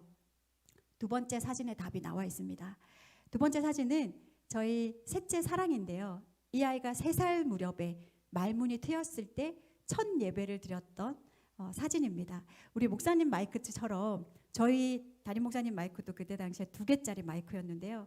사진에 보시는 것처럼 아이들이 블럭으로 마이크를 만들었던 곳이 보이실 거예요. 그 옆에 조그만 시계가 있고요. 사진에 보이지 않지만 물도 있고 옆에 티슈도 있습니다. 일명 저기가 강대상입니다. 저희 아이가 드렸던 저 예배, 그날 2분, 3분으로 끝났던 예배였어요. 그러면 3살짜리가 어떻게 예배를 인도하지? 의구심이 드실 거예요. 그러면 유아기는요, 모방하고 스펀지처럼 흡수하는 시기입니다. 엄마 아빠가 드려졌던 그 예배들을 보면서 그대로 답습하고 따라하는 거예요. 오빠들이 드려지는 그 예배를 나도 저렇게 할 수 있겠다. 그래서 첫날 예배를 드렸는데 아이가 저 자리에서 떠나질 않더라고요. 저 환희에 찬 얼굴이 보이시나요?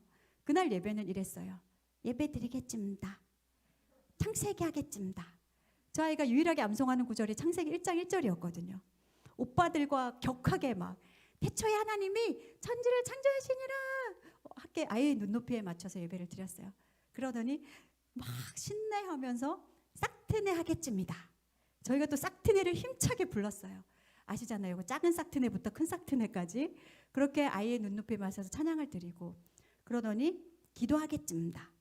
아빠 타역, 엄마 타역, 내 타역, 오빠 타역. 타역이 뭘까요? 사역이에요. 우리가 늘 예배 때마다 사역을 위해서 아버지의 사역을 위해서 기도하겠습니다. 엄마의 사역을 위해서 기도하겠습니다. 이렇게 얘기를 하니까 들은 건 있어가지고 이제 발음은 안 되니까 타역 그러더라고요. 그렇게 드려졌던 예배자로 섰던 아이들이 지금은 각자의 성품과 성향에 맞게 예배를 재구성해서 예배를 인도하는 예배자로서 계속 성장해 나가고 있습니다. 아이들을 예배자로 세웠을 때 가장 큰 은혜는요, 아이들이 예배의 자리를 사모하는 것을 넘어서 예배의 방해자가 되지 않더라는 것이죠. 이제 어린 자녀들과 예배를 드려보신 부모님들은 아실 거예요. 돌아다니고 장난치고 예배 좀 드리라 치면 아이들이 그 안으로 들어오지 않아서 아이들의 모습이 보이고 너무너무나 힘든 시간들이 있으실 텐데 아이들에게 이런 말씀을 해주시면 돼요. 가끔 아이들이 이제 막 예배 시간에 장난을 치고 할 때 만약에 네가 예배 인도자인데 목사님이 앞에서 예배 인도를 하시는데 뭔가를 권유했을 때 거기서 장난친다고 생각해봐. 어떨 것 같아? 근데 아이들이 막 상상을 하거든요. 너무 웃길 것 같아요. 그러면 예배 인도자는 그렇게 하면 안 되는 거야. 하나하나 가르쳐 주시면서 예배를 인도하면 되는데, 이렇게 이제 저는 6일 동안 예배를 돌아가면서 인도하다 보니까 각약각색의 열린 예배로 하나님께 드려지게 되고, 오늘 이제 주일날 저희가 모여서 드려지는 예배는 오늘 들은 목사님의 말씀, 저희는 아이들이 다양한 연령대 아이다 보니까 각 부서에 다 흩어져 있거든요. 얘네들이 무슨 말씀을 듣고 오는지 몰라요. 우리 부서에 계신 우리 목사님들과 전도사님들은 긴장하셔야 될 것 같아요. 왜냐하면 저희 아이들은 와서 사사건건 다 까발리거든요. 그렇게 아이들이 오늘 이런 얘기를 했다요. 목사님 이런 얘기 하셨어요. 전도사님 이런 얘기 하셨어요. 그러면 저희들이 돌아가면서 들었던 말씀을 나누고 일주일 동안 어떻게 살아갈 것인지에 대해서 나누는 시간입니다. 그런데 왜 그런 날 있잖아요. 저도 말씀을 잘 듣는다고 들었는데 기억이 안 나는 걸 어떻게 해요. 분명 아침에 들었던 말씀인데 저녁에 기억이 안 나는 거예요. 그래서 이제 제가 애들에게 양해를 구하고, 얘들아 엄마 설교 노트 잠깐만 갖고 와서 읽으면 안 돼? 와, 사모님이 되셔가지고 이러시면 곤란하죠. 와, 우리는 다 외워서 말하는데 사모님은 이러시면 안 되죠. 아이들이 이렇게 얘기합니다. 그러면 정말 쥐어짜서라도 이런 말씀을 전해주셨고 이런 은혜를 받았고 엄마는 이렇게 살겠습니다. 이렇게 주일은 예배로 아이들과 드려지고 있습니다. 자녀 주도 가정 예배를 어떻게 드릴 수 있느냐? 아이들의 눈높이에 맞는 예배입니다. 소위 우리 어린 연령을 두신 우리 모자실에 계신 우리 어머님들, 예배는 드려야 되겠는데 어떻게 드릴지 몰라서 어른 수준에 맞는 예배를 드리면요, 아이들은 그 공간으로 들어올 수 없어요. 그렇다고 우리 아이들이 늘 그 자리에 머물러 있는 거 아닙니다. 아이들이 성장하면서 예배의 수준과 예배의 성숙도도 점점 발전하고 변화되는 것들을 보실 수 있으실 거예요. 그러면 이제 저희는 어릴 때부터 드렸던 그 예배자가 지금은 어떻게 커 나가고 있나. 첫 번째 사진은 저희 첫째가 4살 무렵에 찬양 인도를 정말 한 1시간 동안 반복해서 찬양 인도를 하는 거예요. 장난감 마이크를 듣고 보고, 교회에서 본 것은 있으니까 막 두 손을 들면서 할렐루야를 수십 번 외치고 알아들을 수 없는 언어로 찬양을 하고, 저희가 아는 찬양이 나올 때는 함께 박수를 치며 찬양했던 이 아이가 어느덧 자라서 이제 자기의 예배 인도 시간에 기타를 가지고 찬양 인도를 하는 아이로 변화되어서 예배를 이끌어 가더라는 거죠. 저는 첫째가 찬양 인도할 때 잘 울어요. 이 아이와 겪었던 그 예배의 시간들, 힘든 시간도 있었고 행복했던 시간도 있었고 어려웠던 시간도 있었고, 그 시간들을 마주할 때마다 아이가 어느덧 예배자가 되어서 이렇게 예배를 인도할 수 있구나. 그리고 그 한 소절 한 소절 인도하는 모습을 볼 때 제가 너무 감격이 되고 하나님께 감사하여서 눈물이 막 나더라고요. 그렇게 눈물이 날 때 저희 아이들은 이제 알아서 다들 옵니다. 아유, 또 우리 엄마 은혜 받으셨네. 휴지 가져다가 눈물 꾹꾹 흘려주고 닦아주고 등 이렇게 쓸어주고 막 이렇게 얘기합니다. 그러면 예배 시간에 제가 왜 은혜 받았는지 아이들에게 이야기를 합니다. 너무 감사하다. 너희들이 예배자로 커나가는 것, 이 모든 것이 주님의 은혜다라고 아이들과 소통을 합니다. 이제 두 형제님과 저렇게 나란히 앉혀두고 가정예배를 드렸던 시간들이 있는데, 어느덧 자라서 제가 아무리 바빠도 가정예배가 작년 연말에 출간이 되었었는데요. 그때 감사 예배로 드려지면서 아이들이 이제 엄마 이런 날 특순이 빠지면 안 되죠. 그래서 형제님들이 특순하고 형아가 반주해주고 이제 둘째가 특순 찬양으로 특순하는 시간이었습니다. 이제 예배 시간에 저희는 다양한 예배가 드려지는데, 특히 이제 둘째가 드리는 날은 좀 버라이어티 예배로 드립니다. 아버지 성가대 일어나시겠습니다. 아버지가 당황해요. 내가 오늘 성가대야? 일어나시겠습니다. 왜 그렇게 반응하느냐? 예배자로서의 권위를 부여했거든요. 아무리 어리더라도 예배를 인도하는 사람의 권위를 부여했기 때문에. 우리가 그렇잖아요. 오늘 김 장로님께서 기도해 주시겠습니다. 싫은데요? 이렇게 하시는 장로님 없잖아요. 아멘 하고 순종하는 것처럼 어른일지라도 예배 인도자 앞에 우리도 아멘 하고 순종하는 것입니다. 아버지 성가대 일어나시겠습니다. 그럼 아버지 성가대 일어나시는 거예요. 혼자서 솔리스트가 되어서 찬양하기도 하고, 오늘 어머니 특순하시겠습니다. 나? 내가 오늘 특순이야? 하시겠습니다. 그러면 특순하는 거예요. 왜요? 하나님 앞에서 즐거워하고 그분을 영화롭게 해드리는 것. 아이들 앞에서 부끄러운 것이 아니라, 그렇게 하다 보니까 아이들이 악기를 배웠던 어느 날 와서 저 오늘 우쿨렐레로 특순해보고 싶어요. 그러면 우쿨렐레로 찬양하면서 특순을 하고, 어떤 날은 댄스로 올려지기도 하고, 어떤 날은 교회 학교에서 배워온 찬양으로 하기도 하고, 그렇게 하나님 앞에 본인만의 방법들로 하나님을 높여드리는 시간들을 만들어 가더라는 거죠. 저희 집에는 사남매 성가대도 있습니다. 어느 날 오늘 사남매 성가대 일어나겠습니다 하면 일어나서 찬양을 하더라는 거죠. 우리 아이들에게 예배자로의 자리를 한번 여러분 맡겨보세요. 정말 놀라운 일들이 일어납니다. 우리는 불안하고 염려돼서 아이들을 막지만 예수님께서 아이들을 막지 않으셨잖아요. 어린아이와 같지 않으면 천국에 갈 수 없다라고 얘기하셨잖아요. 그 아이들을 예배자로 세워나가시는 여러분 되시기를 바랍니다. 이제 저희 둘째가 예배 인도하는 날이었어요. 이날 예배 시간이 이제 7시 30분에 제 핸드폰에서 알람이 울립니다. 그런데 알람이 이미 울렸는데 모이질 않는 거예요. 그런데 예전 같았으면 뭐 하는 거야 도대체? 예배 시간이잖아. 빨리 와야 될 거 아니야. 이런 마음들이 제 안에 있었을 것 같아요. 그런데 아이가 먼저 요청을 하더라고요. 죄송한데요. 가족들에게 다 동의를 구했어요. 제가 지금 조금 해야 될 일이 있는데 10분만 예배 시간을 좀 늦춰주세요. 그래서 뭔가 아이가 준비를 하고 있구나라고 생각을 했어요. 그런데 10분이 지나고 20분이 지나도 안 나오는 거예요. 그런데 죄송해요. 다 됐어요. 앉으세요. 이제 해서 예배 자리에 딱 앉았습니다. 그러더니 오늘은 제가 PPT로 예배를 인도하겠습니다. 그러더니 딱 첫 화면이 노구리 화면을 띄워주면서 찬양이라고 적혀 있었어요. 그 순간 저희 모든 가족들이 누구랄 것도 없이 그 자리에서 벌떡 일어나서 두 손을 들고 찬양하기 시작했습니다. 저 그림을 보고 앉아서 찬양할 수가 없겠더라고요. 그러면서 아이가 한 장 한 장 넘기면서 어떤 요구들을 했냐면 아버지께서는 원숭이처럼 간절한 모습으로 기도해 주시고 어머니는 수달처럼 귀엽게 기도하시기를 바랍니다. 그래서 정말 저 너무나 귀여운 모습으로 수달 같은 모습으로 기도를 했습니다. 아이들과 함께하는 예배 가운데 우리 아이들이 때로는 어떠한 마음으로 예배를 준비하고 저희 첫째 같은 경우는 콘티를 준비하고 주보를 만들어 올 때도 있거든요. 저희 셋째가 예배 인도하는 날은 정말 이름이 사랑인데요. 사랑스러운 예배를 인도를 해요. 넷째는요 얼마나 당찬지 모릅니다. 오빠들이 막 복화술로 얘기해요. 오늘은 찬양 짧게 해라. 오늘 예배 길게 하지 마라. 막 이렇게 이제 어금니 꽉 깨면서 복화술로 얘기를 하거든요. 그런데 알았어 얘기하지만 본인의 소신대로 말씀 읽을 거 다 읽고 찬양할 거 다 하고 그렇게 예배를 인도합니다. 저희 남편과 제가 예배 인도하는 날은 기도가 조금 깁니다. 아이들이 알아요. 엄마 아빠 인도하는 날은 기도가 길다. 그리고 중보기도가 많다. 아이들이 알지만 그 시간들에 함께하면서 열방을 민족을 품는 예배자로 커 나가고 있습니다. 제가 결혼할 때 받았던 지구본 선물이었어요. 처음에 저 선물을 받고 너무 기분이 안 좋더라고요. 무슨 결혼 선물로 지구본을 주냐? 좀 좋은 거 주지. 그런데 이유를 알았어요. 열방을 민족을 품는 예배하는 가정이 되세요라는 의미였어요.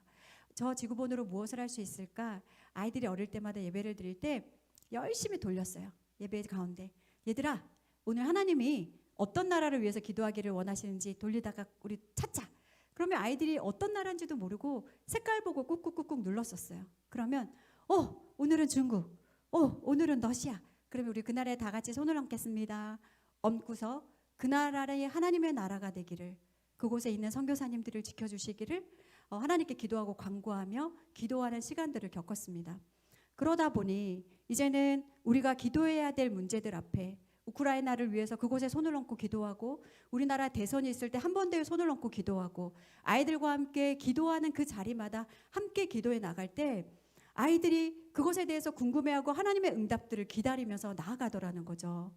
우리가 북한을 위해서 기도했던 그 시간들을 통해서 이면수 목사님이 구금되셨다가 석방되었을 때 마치 우리 기도에 응답하셨던 것처럼 우리가 환호성을 지르고 감사 예배를 드릴 수 있었던 것, 그 모든 것들이 열방과 민족을 위해서 기도했을 때 이루어주시는 하나님의 은혜셨습니다. 그런데 어느 날 제가 이제 아무리 바빠도 가정예배 패널로 출연했을 때 이 지구본으로 아이들과 함께하는 기도 제목을 자녀들에게 나누었는데 한 집사님이 옆에서 울고 계시는 거예요. 그러면서 사모님, 저 이 시간 너무나 회개가 됩니다 라는 얘기를 하셨어요. 그래서 저희도 열심히 지구본을 돌렸어요. 그 얘기를 하시는 거예요. 그래서 너무나 훌륭하시다고. 그런데 저희는 지구본을 돌리면서 아이들에게 늘 얘기했어요. 우리 다음 여행은 어디로 갈까? 해외여행을 늘 지구본을 돌리며 다니셨던 아주 복된 가정이셨더라고요. 그런데 사모님, 제가 생각해 보니까 똑같이 지구본을 돌렸던 그 자녀들 가운데 어떤 가정은 열방과 민족을 위해서 기도하는 가정이고, 어떤 가정은 어디로 여행 갈까를 위해서 지구본을 돌렸던 그 가정의 끝이 어떨까를 생각했을 때 마음이 섬찟해진다는 거예요. 저도 이제는 아이들과 기도하기 위해서 지구본을 돌리겠습니다라는 이야기를 해주셨습니다. 그래서 아이들과 함께 기도의 자리마다 여러분 우리 아이들을 기도의 용장으로 키우고 싶으신가요? 그러면 어떤 자리, 특정한 자리를 그냥 이건 내가 기도해야 될 거야 라고 정하지 마시고 기도해야 될 그 순간에 아이들을 초청하시는 거예요. 저는 지금도 낮이나 밤이나 누군가 기도 요청을 해오시면 그 자리에서 있는 아이들을 불러 모읍니다. 얘들아, 지금 최근에 이제 저희에게 또 기도해 주셨던 한 가정이 남편 집사님이 위암 사기 판정을 받으셨어요. 이제 예전에 교회에 같이 섬겼던 집사님이셨는데 그래서 아이들을 불러 모으고 다솔이네 가정 아버지가 지금 위암이 걸리셨대. 얘들아, 우리가 오늘부터 이 가정을 위해서 간절히 기도해야 될 것 같아. 그래서 저희가 가정 예배 때마다 작정해서 그 가정을 위해서 기도하고 여호와 라파의 하나님을 간절히 원하면서 함께 기도해 나갈 때 우리의 기도에 응답을 하시는 것도 하지 않는 것도 하나님이시지만 우리는 할 수 있는 것이 그 가정을 기대하며 축복하는 거잖아요. 그렇게 기도해 나가는 습관들, 그것이 가정 예배에 녹여질 때 기도하지 않는 아이들 절대 되지 않을 수가 없습니다. 그렇게 예배의 습관들을 만들어 가시는 여러분 되셨으면 좋겠습니다. 자, 그러면 가정 예배 언제 드리냐? 저희는 매일매일 예배를 드리지만 매일매일 예배 드리지 않으셔도 괜찮습니다. 여러분 가정만의 요일과 시간을 정하시고 우선순위를 정하셔서 우리가 일주일에 한 번은 모여서라도 우리가 작은 교회로서 대소순복음교회의 이 큰 교회 안에 가정이라는 작은 교회로 하나님 앞에 예배자로 서시는 훈련들을 해 나가셨으면 좋겠는데요. 특별히 어떨 때 예배를 드리냐? 이제 저는 매일매일 예배지만 그 예배 가운데 또 특별하게 드려지는 예배들이 있었죠. 위로와 소망을 품는 예배, 이제 아무리 바빠도 가정 예배 책 안에 보시면 다양한 이야기들이 있지만 몇 가지들만 사례를 여러분에게 말씀을 드리고 싶습니다. 이제 모든 문제 앞에 우리가 늘 축복된 삶을 살 수 있는 건 아니잖아요. 우리가 영광을 받기 위해서는 반드시 고난도 그 터널을 지나야만 하나님의 영광이 있는 것인데 예수님의 부활하시기 전에 그 십자가의 고난 앞에 먼저 계셨던 것처럼 가정도 끊임없이 터널 안에 있는 기간들이 참 많은 것 같습니다. 지금도 저희도 터널의 어디쯤에 있는지 모르겠지만 이 터널을 여러 번 지나 보니 터널의 끝은 빛이고 희망이라는 것을 알겠는 거예요. 그래서 우리가 지금 터널의 처음인지 중간인지 끝인지는 알 수 없으나 얘들아, 우리가 여러 번 경험했잖아. 그 끝에 승리로 계시는 것은 예수님이고 언젠간 빛 가운데 드러날 그 일들을 우리가 기대하면서 나아가자. 그렇게 소망하며 아이들과 나아가고 있는데 묻지도 따지지 않고 아이들과 무조건 감사 예배로 드려졌던 일들이 있었습니다. 교통사고가 났을 때 이제 다행히 차는 찌그러졌을지언정 사남매를 온전히 보호해 주시고 이렇게 견인차에 끌려서 가는 시간이었는데 해가 어둑어둑 지고 우리의 예배 시간이 다가가는 거예요. 아이들이 너무나 신나했어요. 다치고 너무나 놀라고 그런 거는 온데간데 없고 그 견인차에 매달려 가는 게 너무나 재밌었나 봐요. 근데 그때 저희가 드려졌던 예배는 교통사고를 당하게 하셨던 하나님께 감사 예배로 드리는 것이었어요. 왜 감사 예배였을까요? 어릴 때부터 무단히 힘들고 고난에 있는 자리마다 감사 예배로 드렸던 이유는 단 하나였어요. 우리의 어떠한 상황과 형편 가운데서도 그 일들 가운데 중심에 예수님이 계신 것, 그것에 전적으로 동의하는 것, 그것을 우리 자녀들에게 가르쳐주고 싶었습니다.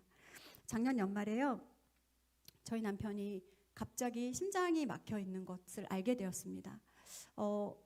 주치의 선생님께서 그런 얘기 하셨어요. 천국에 계셨어도 무관할 만큼 심각한 상태였었다고.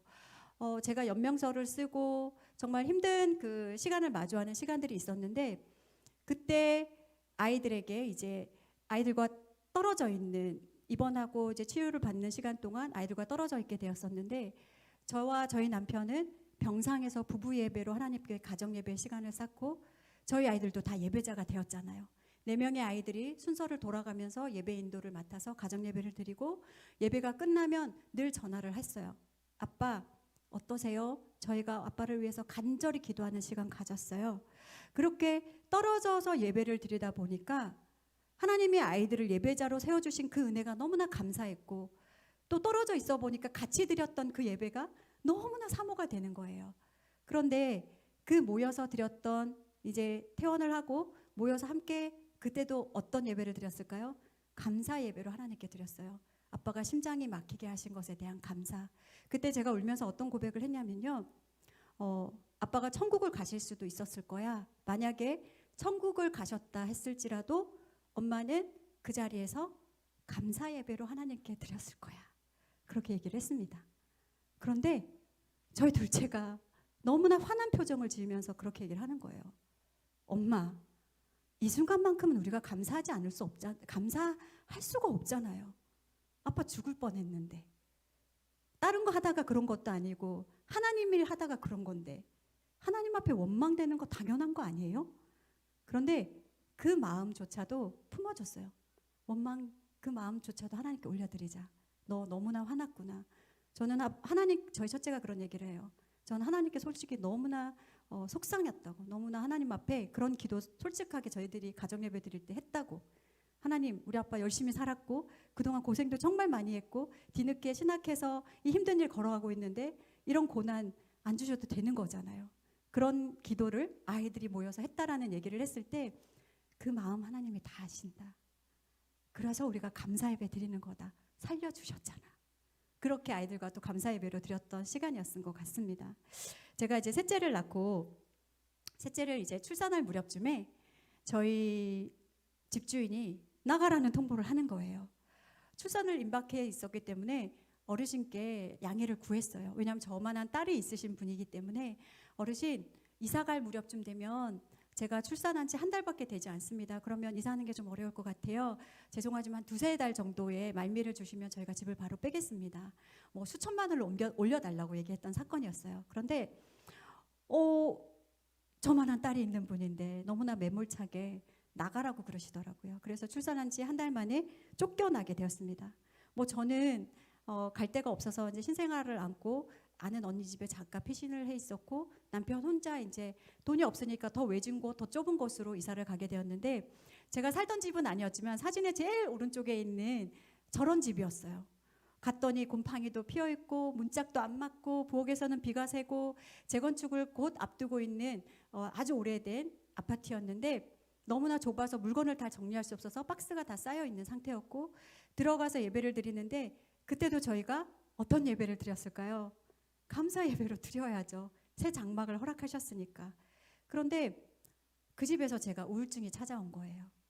하나님, 이게 뭐예요? 저 정말 열심히 살려고 애썼잖아요. 그리고 늘 힘들고 고난 자리에서 하나님 앞에 감사하려고 애썼잖아요. 하나님, 이게 뭐예요? 제가 아이들에게 좀 더 나은 환경을 줄 수 없는다 할지라도 이건 아니잖아요. 그런 마음으로 억지로 감사를 쥐어 짜내는 예배를 드리고 있었던 것 같아요. 그런데 예상치 못한 찬양이 제 입에서 터져 나오는 거예요.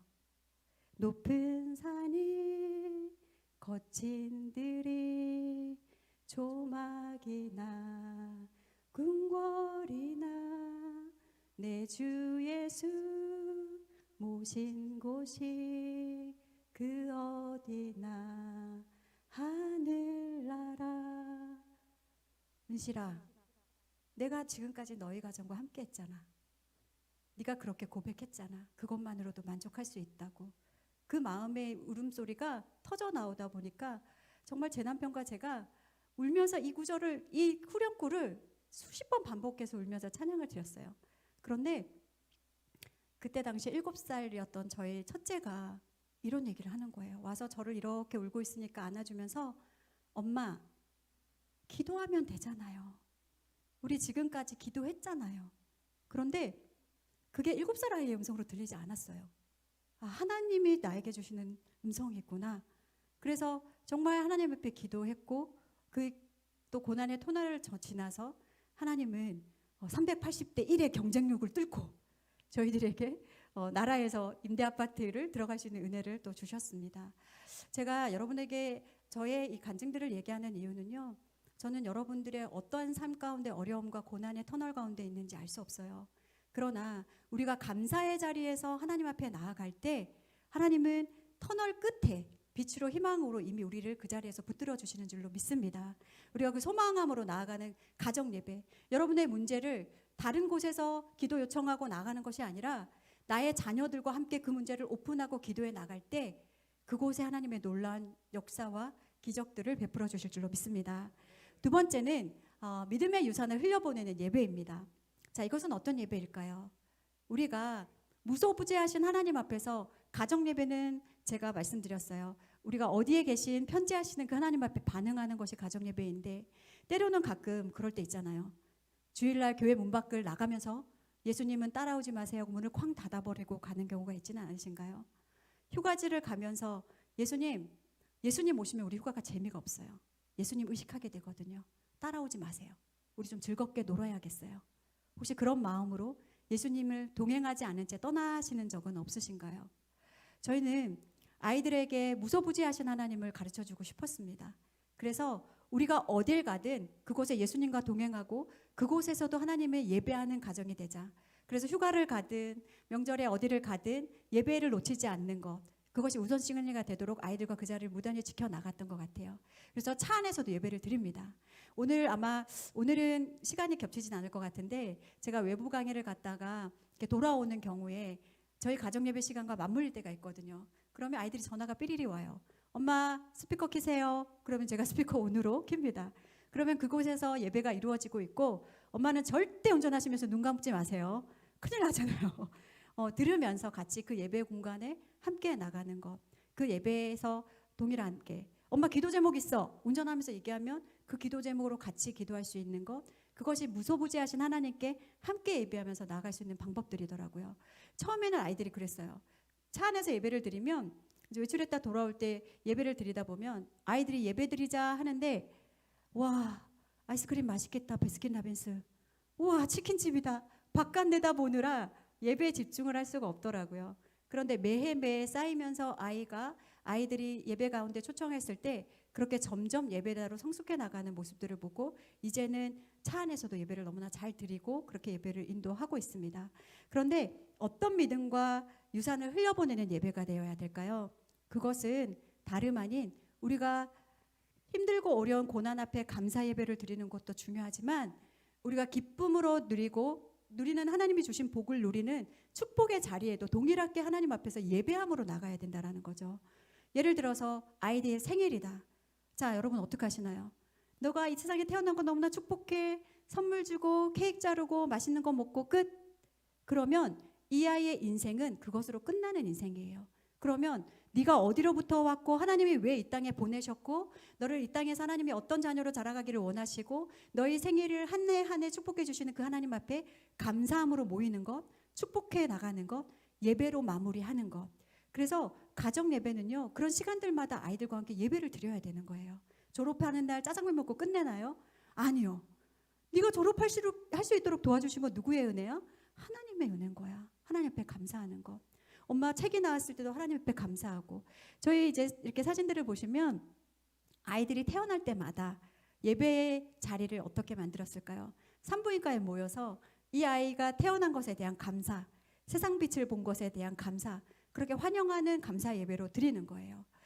세 번째 사진은 저희가 아이들과 성경 일독을 끝냈던 날. 여러분 학사모 아시죠? 학사모 쓰면 성경을 뒤집어 썼더니 학사모랑 너무 비슷한 거예요. 끈도 있네요. 끈도 옆으로 넘겨주고 너에게 이 하나님의 놀라운 말씀이 가득하기를 축복한다 이러면서 아이들과 축복하고 기도하고 또 하나님께 감사함으로 예배드린 것, 한 일독을 할 수 있도록 은혜 주신 것도 주님의 은혜인 거니까. 네 번째 사진은요, 저희 셋째가 최근이에요. 불과 몇 달 전에 첫 월경을 시작했어요. 그런데 이 월경을 시작한다는 의미가 뭐냐면 네가 이제 생명을 잉태할 수 있는 소녀에서 숙녀가 되었다라는 거잖아요.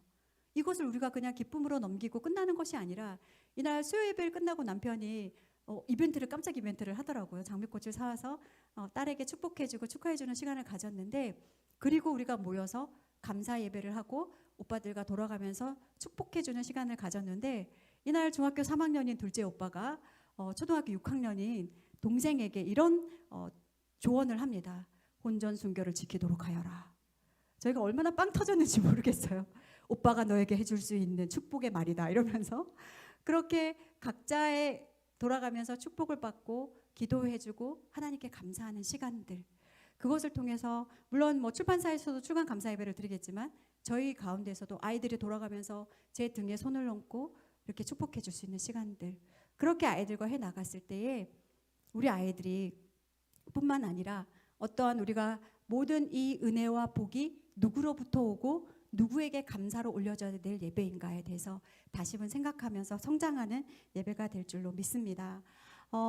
지금 이제 우리가 부활절을 맞았죠. 그리고 예수님의 절기에 따라서 우리가 살아가는 시대에 여러 가지 절기들을 교회에서 하게 되실 텐데, 이때도 그냥 교회에서 하니까 끝이구나로 그치는 것이 아니라 여러분 가정의 문화로 만들어 가셔야 돼요.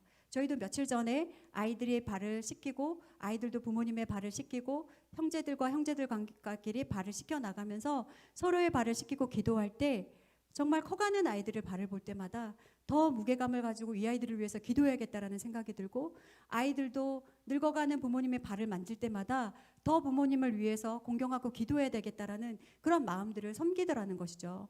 저희가 12월만 되면 성탄 트리를 합니다. 그런데 11월 초에 하게 된 이유가 있어요. 저희 아이들이 그러더라고요.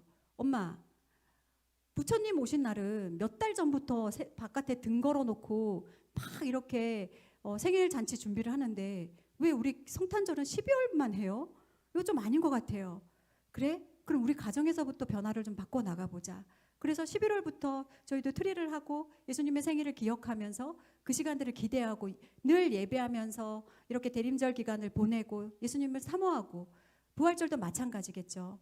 첫 번째 사진에 보면 저희 셋째가 3살, 4살 무렵에 아빠 발을 씻어주면서 영상이 저희 집에 있어요. 그런데 어떻게 기도하냐면요, 아빠 발을 막 발꼬락꼬락 사이를 다 씻어주면서 하나님, 아빠 발에 때가 너무나 많습니다. 용서하여 주시옵소서. 때가 너무 많아서 용서를 해야 되더라고요. 그렇게 기도하는 그런 영상들을 아이들이 지금도 돌려봐요. 제가 이랬어요. 아이들의 거룩한 문화, 그 문화 속으로 함께 같이 기도하는 것, 이것은 너무나 가정의 깊은 문화가 될 수 있습니다. 자녀들이 스스럼 없이 기도 요청을 할 수 있도록 여러분 요청하는 그 기도 제목에 반응을 해주셔야 돼요. 저희 첫째가 지금 이제 고등학교 2학년인데요. 이 아이가 중학교 3학년 때 그런 기도 제목을 이렇게 부흥회가 있었는데요. 이제 부흥회 끝나고 뒤에다가 그 부흥회 순서지 뒤에다가 부모님이 나에게 기도해 주셔야 될 것 하고 10가지를 적어서 쓱 내밀더라고요. 엄마, 저를 위해서 간절히 기도해 주세요. 그래서 이제 읽어봤어요. 그랬더니 너무나 훌륭한 기도 제목이에요. 하나님을 떠나지 않도록, 말씀을 깨닫도록, 자기가 성실하도록, 이런 기도 제목이어서 내가 잘 키웠구나, 훌륭하다, 이런 교만한 마음을 가지고 있을 무렵 이제 이상한 기도 제목이 나오기 시작합니다. 내 키가 185에서 187까지 크도록. 그런데 전제가 있었어요. 상체는 그대로 있고 하체만 클 수 있도록. 거기서 제가 픽 하고 이제 터져버렸어요. 근데 그 다음 기도 제목이 더 웃겼어요. 머리 사이즈가 작아지도록. 근데 안 웃어야 되는데 웃기잖아요. 그래서 제가 막 웃었더니, 엄마, 저는 정말 진지하게 기도하는데 어떻게 사모님이 되셔서 아들의 기도를 듣고 웃으실 수 있냐며. 그래서 조야, 너무 좋은 기도 제목이다. 엄마가 기도할게. 근데 조금 기도 제목을 바꿔보면 어때? 그리 아니하실지라도 감사한다든지, 너 머리 사이즈가 작아지는 것보다는 몸이 조금 더 커진다든지, 이런 거 어때?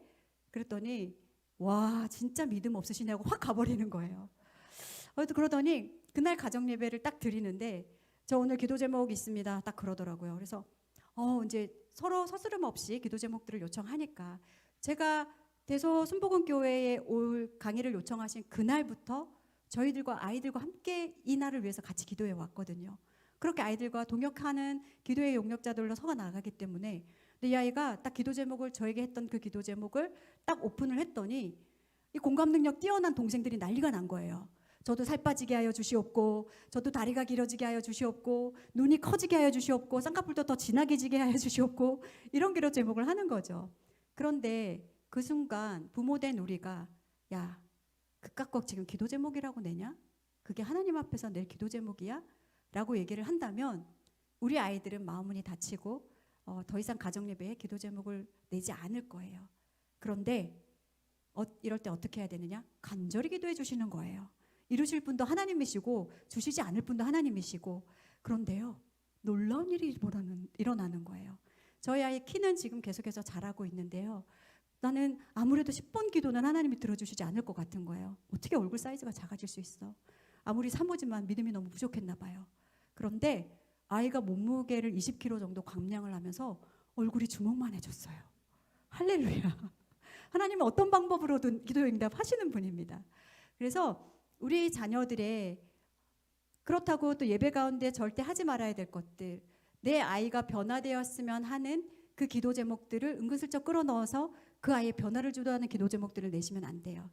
나를 향한 기도 제목, 내가 변하는 기도 제목, 그런 기도 제목들로 나아가셔야 합니다. 그러면 또 어떤 예배가 있을까요? 시간이 좀 지났지만 끝까지 오늘 우리 전도사님께서 그 얘기 하셨거든요. 사모님, 성령이 임하시는 대로 하시면 됩니다. 저 오늘 밤샐지도 몰라요, 여러분. 빨리 끝내드릴게요. 힘드시죠? 네, 금방 끝내겠습니다. 성공영신 가정예배는 뭐냐면요. 1년의 마지막 날 드려지는 예배입니다. 이날 대부분 송구영신 예배 드리러 오시기 전에 뭐 하시나요? 연예대상 봐야 쉬어야 되잖아요. 가요대전 누가 대상 받는지 혹시 보시나요? 저희는 그런 문화보다는 아이들에게 조금 더 좋은 크리스찬 문화를 만들어주면 좋지 않을까. 그래서 아이들과 어릴 때부터 저희 가정만의 송구영신 가정 예배를 드렸어요. 예배 시간은 3시간에서 4시간 걸립니다. 자, 이쯤 되면은 미쳤구나. 저 가정 미쳤어. 아이들이 10분 예배도 어려운데 3-4시간을 드리다니. 그런데 아이들이 시간이 짧아해요. 너무나 행복한 예배로 드려지거든요.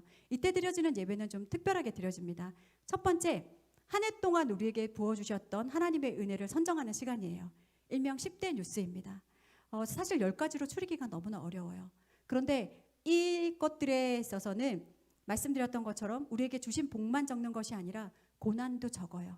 그래서 작년에 저희가 적었던 10대 뉴스 가운데는 아빠가 심장이 막힌 것도 적혀 있어요. 왜냐하면 모든 것에 하나님의 기적이 있었고 하나님의 은혜가 있었기 때문에, 그 일들을 통하여서 하나님의 깊은 뜻을 알게 하셨기 때문에 그렇게 뉴스를 정하는 그 시간들도 너무나 행복하고, 그렇게 얘기를 나누다 보면 와, 우리가 한 해 동안 정말 많은 일들이 있었고 하나님이 이런 은혜를 주셨구나. 우리 가정의 1년을 돌아볼 수 있는 시간입니다. 그리고 나면 무엇을 하느냐? 교회도 1년마다 어떤 교회가 될 것인지에 대한 표를 정하고 주제 선고를 정하고 찬양을 정하잖아요. 그러면 우리 가정마다 세워주신 작은 교회에서도 동일하게 그런 것들을 정하는 거예요.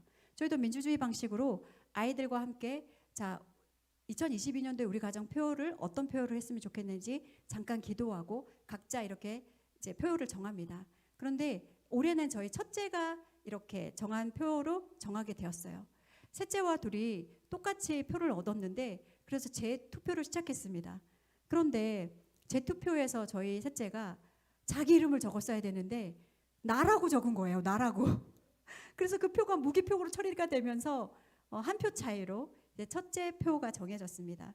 그것이 2022년도에는 우리 하나님의 사랑을 삶으로 실천하는 그리고 드러내는 가정이 우리의 표였는데, 그러면 우리가 말씀을 가지고 그냥 우리끼리 행복한 가정이 되는 것이 아니라 이것을 어떻게 흘려보낼까?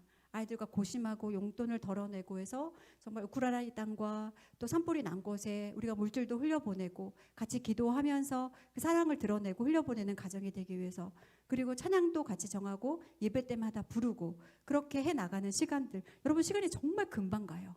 그리고 한 해를 돌아보면서 우리가 하나님 앞에 회개할 것들을 나누고 내년에는 우리가 어떤 삶을 살아갈지에 대한 기대감들도 나누고, 이제 축복 샤워 시간이 있습니다. 한 사람씩 돌아가면서 한 해 동안 나에게 이런 사랑을 베풀어 주셔서 감사합니다. 그리고 이런 모습들은 도전이 되었습니다라고 서로에게, 엄마에게, 아빠에게, 가족들에게, 우리는 이제 구성원이 많다 보니까 많은 축복을 받게 되더라고요. 그런데 작년에는 저희가 조금 특별한 순서를 가져서 상을 주는 시간을 가졌어요. 그래서 각자에게 어떤 상을 줄지를 이렇게 정했는데, 저는 이제 6명, 5명에게 다양한 상을 받았는데 저희 남편이 준 상이 좀 특별했어요. 2얼굴을 가진 상이었습니다. 강의 때의 얼굴과 집에서의 얼굴이 다르며 이것이 시작이었어요. 그리고 아내의 모습과 아내의 얼굴과 사역자의 얼굴을 너무나 잘 살아내고 있는 귀한 아내에게 2얼굴을 가진 상을 수여합니다. 이렇게 읽어주시면 제가 2손으로 받고 아이들이 박수 쳐주고 이렇게 서로에게 돌아가면서 이 상을 수여하는 시간도 너무나 의미 깊고 깊은 시간이었던 것 같습니다. 그렇게 예배드리고 송구영신 예배로 다 같이 떠나는 그 시간들이, 모르겠어요. 이제 저희 아이들이 장성해서 각자의 가정을 이루고 그렇게 나아갈 때 얼마나 더 풍성하게 발전된 모습들로 나아갈지를 모르겠지만 우리 이렇게 함께하는 시간들 통해서 놀라운 하나님의 은혜를 경험하게 될 줄로 믿습니다. 마지막으로 이제 정리하면서 여러분에게 말씀을 드리려고 하는데요. 지금까지는 여러분께서 백은실 사모의 가정 예배를 들으시고 보셨어요. 그러면 이제는 여러분의 지적인 동의로만 끝나는 것이 아니라 여러분의 가정으로 돌아가셔서 여러분 가정만의 가정 예배를 새롭게 디자인하셔야 됩니다. 언제 모여서 예배를 드릴 것인지, 그리고 장소도 정하시고 시간도 정하시고, 떨어져 있는 자녀들과는 제가 드렸던 것처럼 영상통화로도 예배를 드릴 수 있으시고, 일주일에 한 번을 드릴 것인지 가정 예배 이름도 정해보시면 좋을 것 같아요. 저희가 아는 한 지인 가정들은 화목한 가정 예배를 드리세요. 화요일, 목요일 날 그렇게 예배를 드리시더라고요. 어떤 가정은 불타는 금요 가정 예배를 드리세요. 우리가 불금이라고 얘기하잖아요. 불금에 어디 나가서 먹고 마시고 흥청망청 사는 것이 아니라 불타는 성령의 불 가정 예배로 금요일마다 가정 예배를 드리는 가정이 있고, 어떤 가정은 주일을 준비하며 토요 가정 예배로 드리는 가정도 있습니다. 그래서 각자의 가정 가운데 재구성하셔서 예배를 만들어 가시되, 중요한 것은 가정만의 성숙도와 믿음의 성숙도와 자녀의 나이에 맞게끔 그것들을 재디자인해 나가시고, 특별히 부부 가운데 특별히 드려지는 예배가 있으셨으면 좋겠고요. 예배는 말씀, 기도, 찬양 이 세 가지 구성 요소를 가지고 있습니다. 그래서 여러분의 가정 가운데서 가장 부담이 되시는 부분 말씀일 거예요. 찬양은 우리가 기뻐하는 찬양 다 같이 부르면 되는데, 기도도 다 같이 기도하면 되는데 어떻게 인도를 하지? 라는 부담. 요즘은 이제 교회에서 가정 예배 이렇게 드릴 수 있는 폼들을 많이 주시잖아요. 가장 탁월한 것은 그것을 이용해서 하시는 것이 가장 좋지만, 그것이 힘들다면 같이 성경을 한 절씩 한 절씩 읽어 나가시면서 하나님을 알아가시는 시간으로 만들어 가셔도 좋고요. 아니면 서로 묵상하시는 묵상의 나눔들을 하셔도 좋습니다. 그리고 요즘 가정 예배서가 너무나 많이 나와 있어요. 너무나 좋은 가정 예배서들을 이용하셔서 하루하루 하나하나씩 아이들도 읽어 나가고 어른들도 읽어 나가고 그렇게 예배 구성을 만들어 가시면 됩니다. 그러면 예배를 끊임없이 잘 드리기 위해서 어떻게 해야 될까요? 첫 번째는 이렇게 물어보시는 분이 있어요. 언제부터 예배 드릴까요? 오늘부터 드리시는 거예요. 여러분, 다이어트는 언제부터 하나요? 내일부터 하는 거예요. 그러나 예배는 당장 시작입니다. 여러분들이 차일피로 미루는 것이 아니라 우리 가정의 문화와 빨리 가지고 오셔야죠. 그래서 예배를 시작하시고, 그리고 저희는 이제 저녁을 먹고 나서 예배를 드리다 보니까 화목한 가정 식탁이 잘 이루어질 때 예배로 순조롭게 이어지는 것을 볼 수가 있었어요. 그래서 그렇게 맛있는 것들을 잘 만들어주시고 먹여주시고 같이 예배로 이어나갈 수 있도록 도와주시고, 특히 자녀들과 예배를 드리시는 우리 부모님들께 부탁드리고 싶은 것은 예배 시간에 꼭 훈육이나 훈계를 하시지 않기를 바랍니다. 우리 윗세대에 계셨던 우리 부모님들은 사실 예배 시간에 자녀들을 앉혀놓고 많이 훈육들을 하셨어요. 너 요즘 예배 태도가 왜 그러냐? 너 머리 색깔은 왜 그래? 너 성적이 왜 이래? 너 교회에서 왜 늦게 왔어? 예배는요, 자녀들을 질책하고 자녀들의 변화를 이끌어가기 필요한 시간이 아니라 죄인들이 모여서 하나님을 예배하는 시간이고 하나님을 알아가는 시간이고 그분의 반응에 일상에 주어지신 것들에 감사하는 시간입니다. 그 시간을 잘못 악용하시다 보면요, 우리 부모님들이 예배 방해자가 될 뿐만 아니라 하나님의 자리를 가로채는 죄를 범하게 될 수가 있습니다. 그러면 그런 자리에서 자라나는 우리의 자녀들은 가정 예배의 기억자만 들어도 몸소리치며 크리스찬 문화의 가정들을 싫어하는 자녀로, 내가 두고 봐라, 내가 결혼하면 가정 예배 있다는 거 절대 안 드릴 거다, 그렇게 자랄 수밖에 없는 거죠.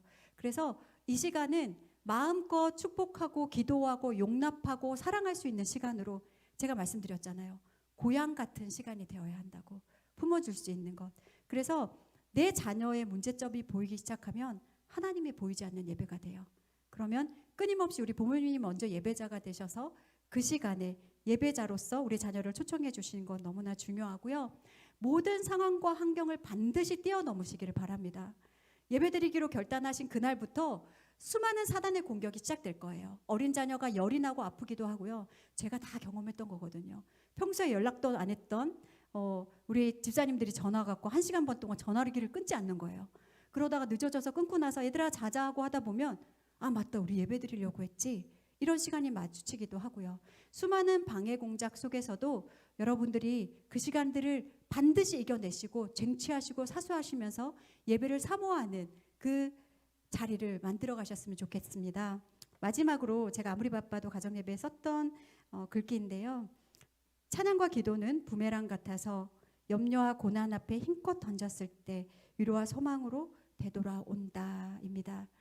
나는 힘들어서 내가 할 수 없어서 그리고 나의 자녀를 내가 스스로 할 수 없는 그 문제들 앞에서 그래서 하나님의 도움을 구하고 가정예배 자리에서 힘차게 찬양하고 기도했지만 결국 그것이 그것으로 끝나는 것이 아니라 그것이 더 큰 은혜와 축복과 사랑이 되어서 우리 가정에 많은 복으로 은혜로 돌아왔다라는 것을 말씀드리고 싶습니다.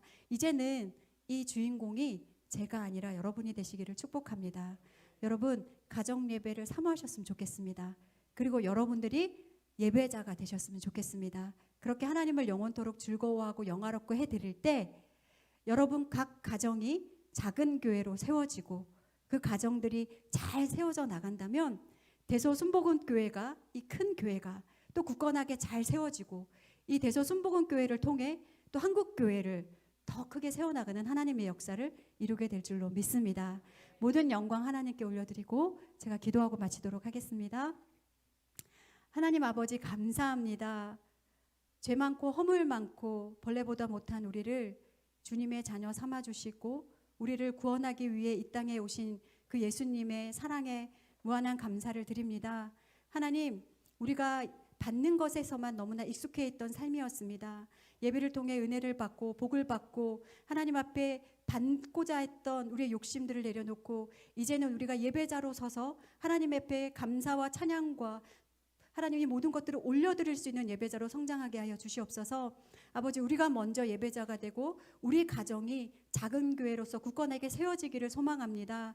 모든 악한 세력으로부터 보호하여 주시고 예배 가운데 나아갈 때마다 은혜가 넘치고 사랑이 넘치고 그리고 하나님의 감사가 넘치는 귀한 가정들로 세워질 수 있도록 역사하여 주시옵소서.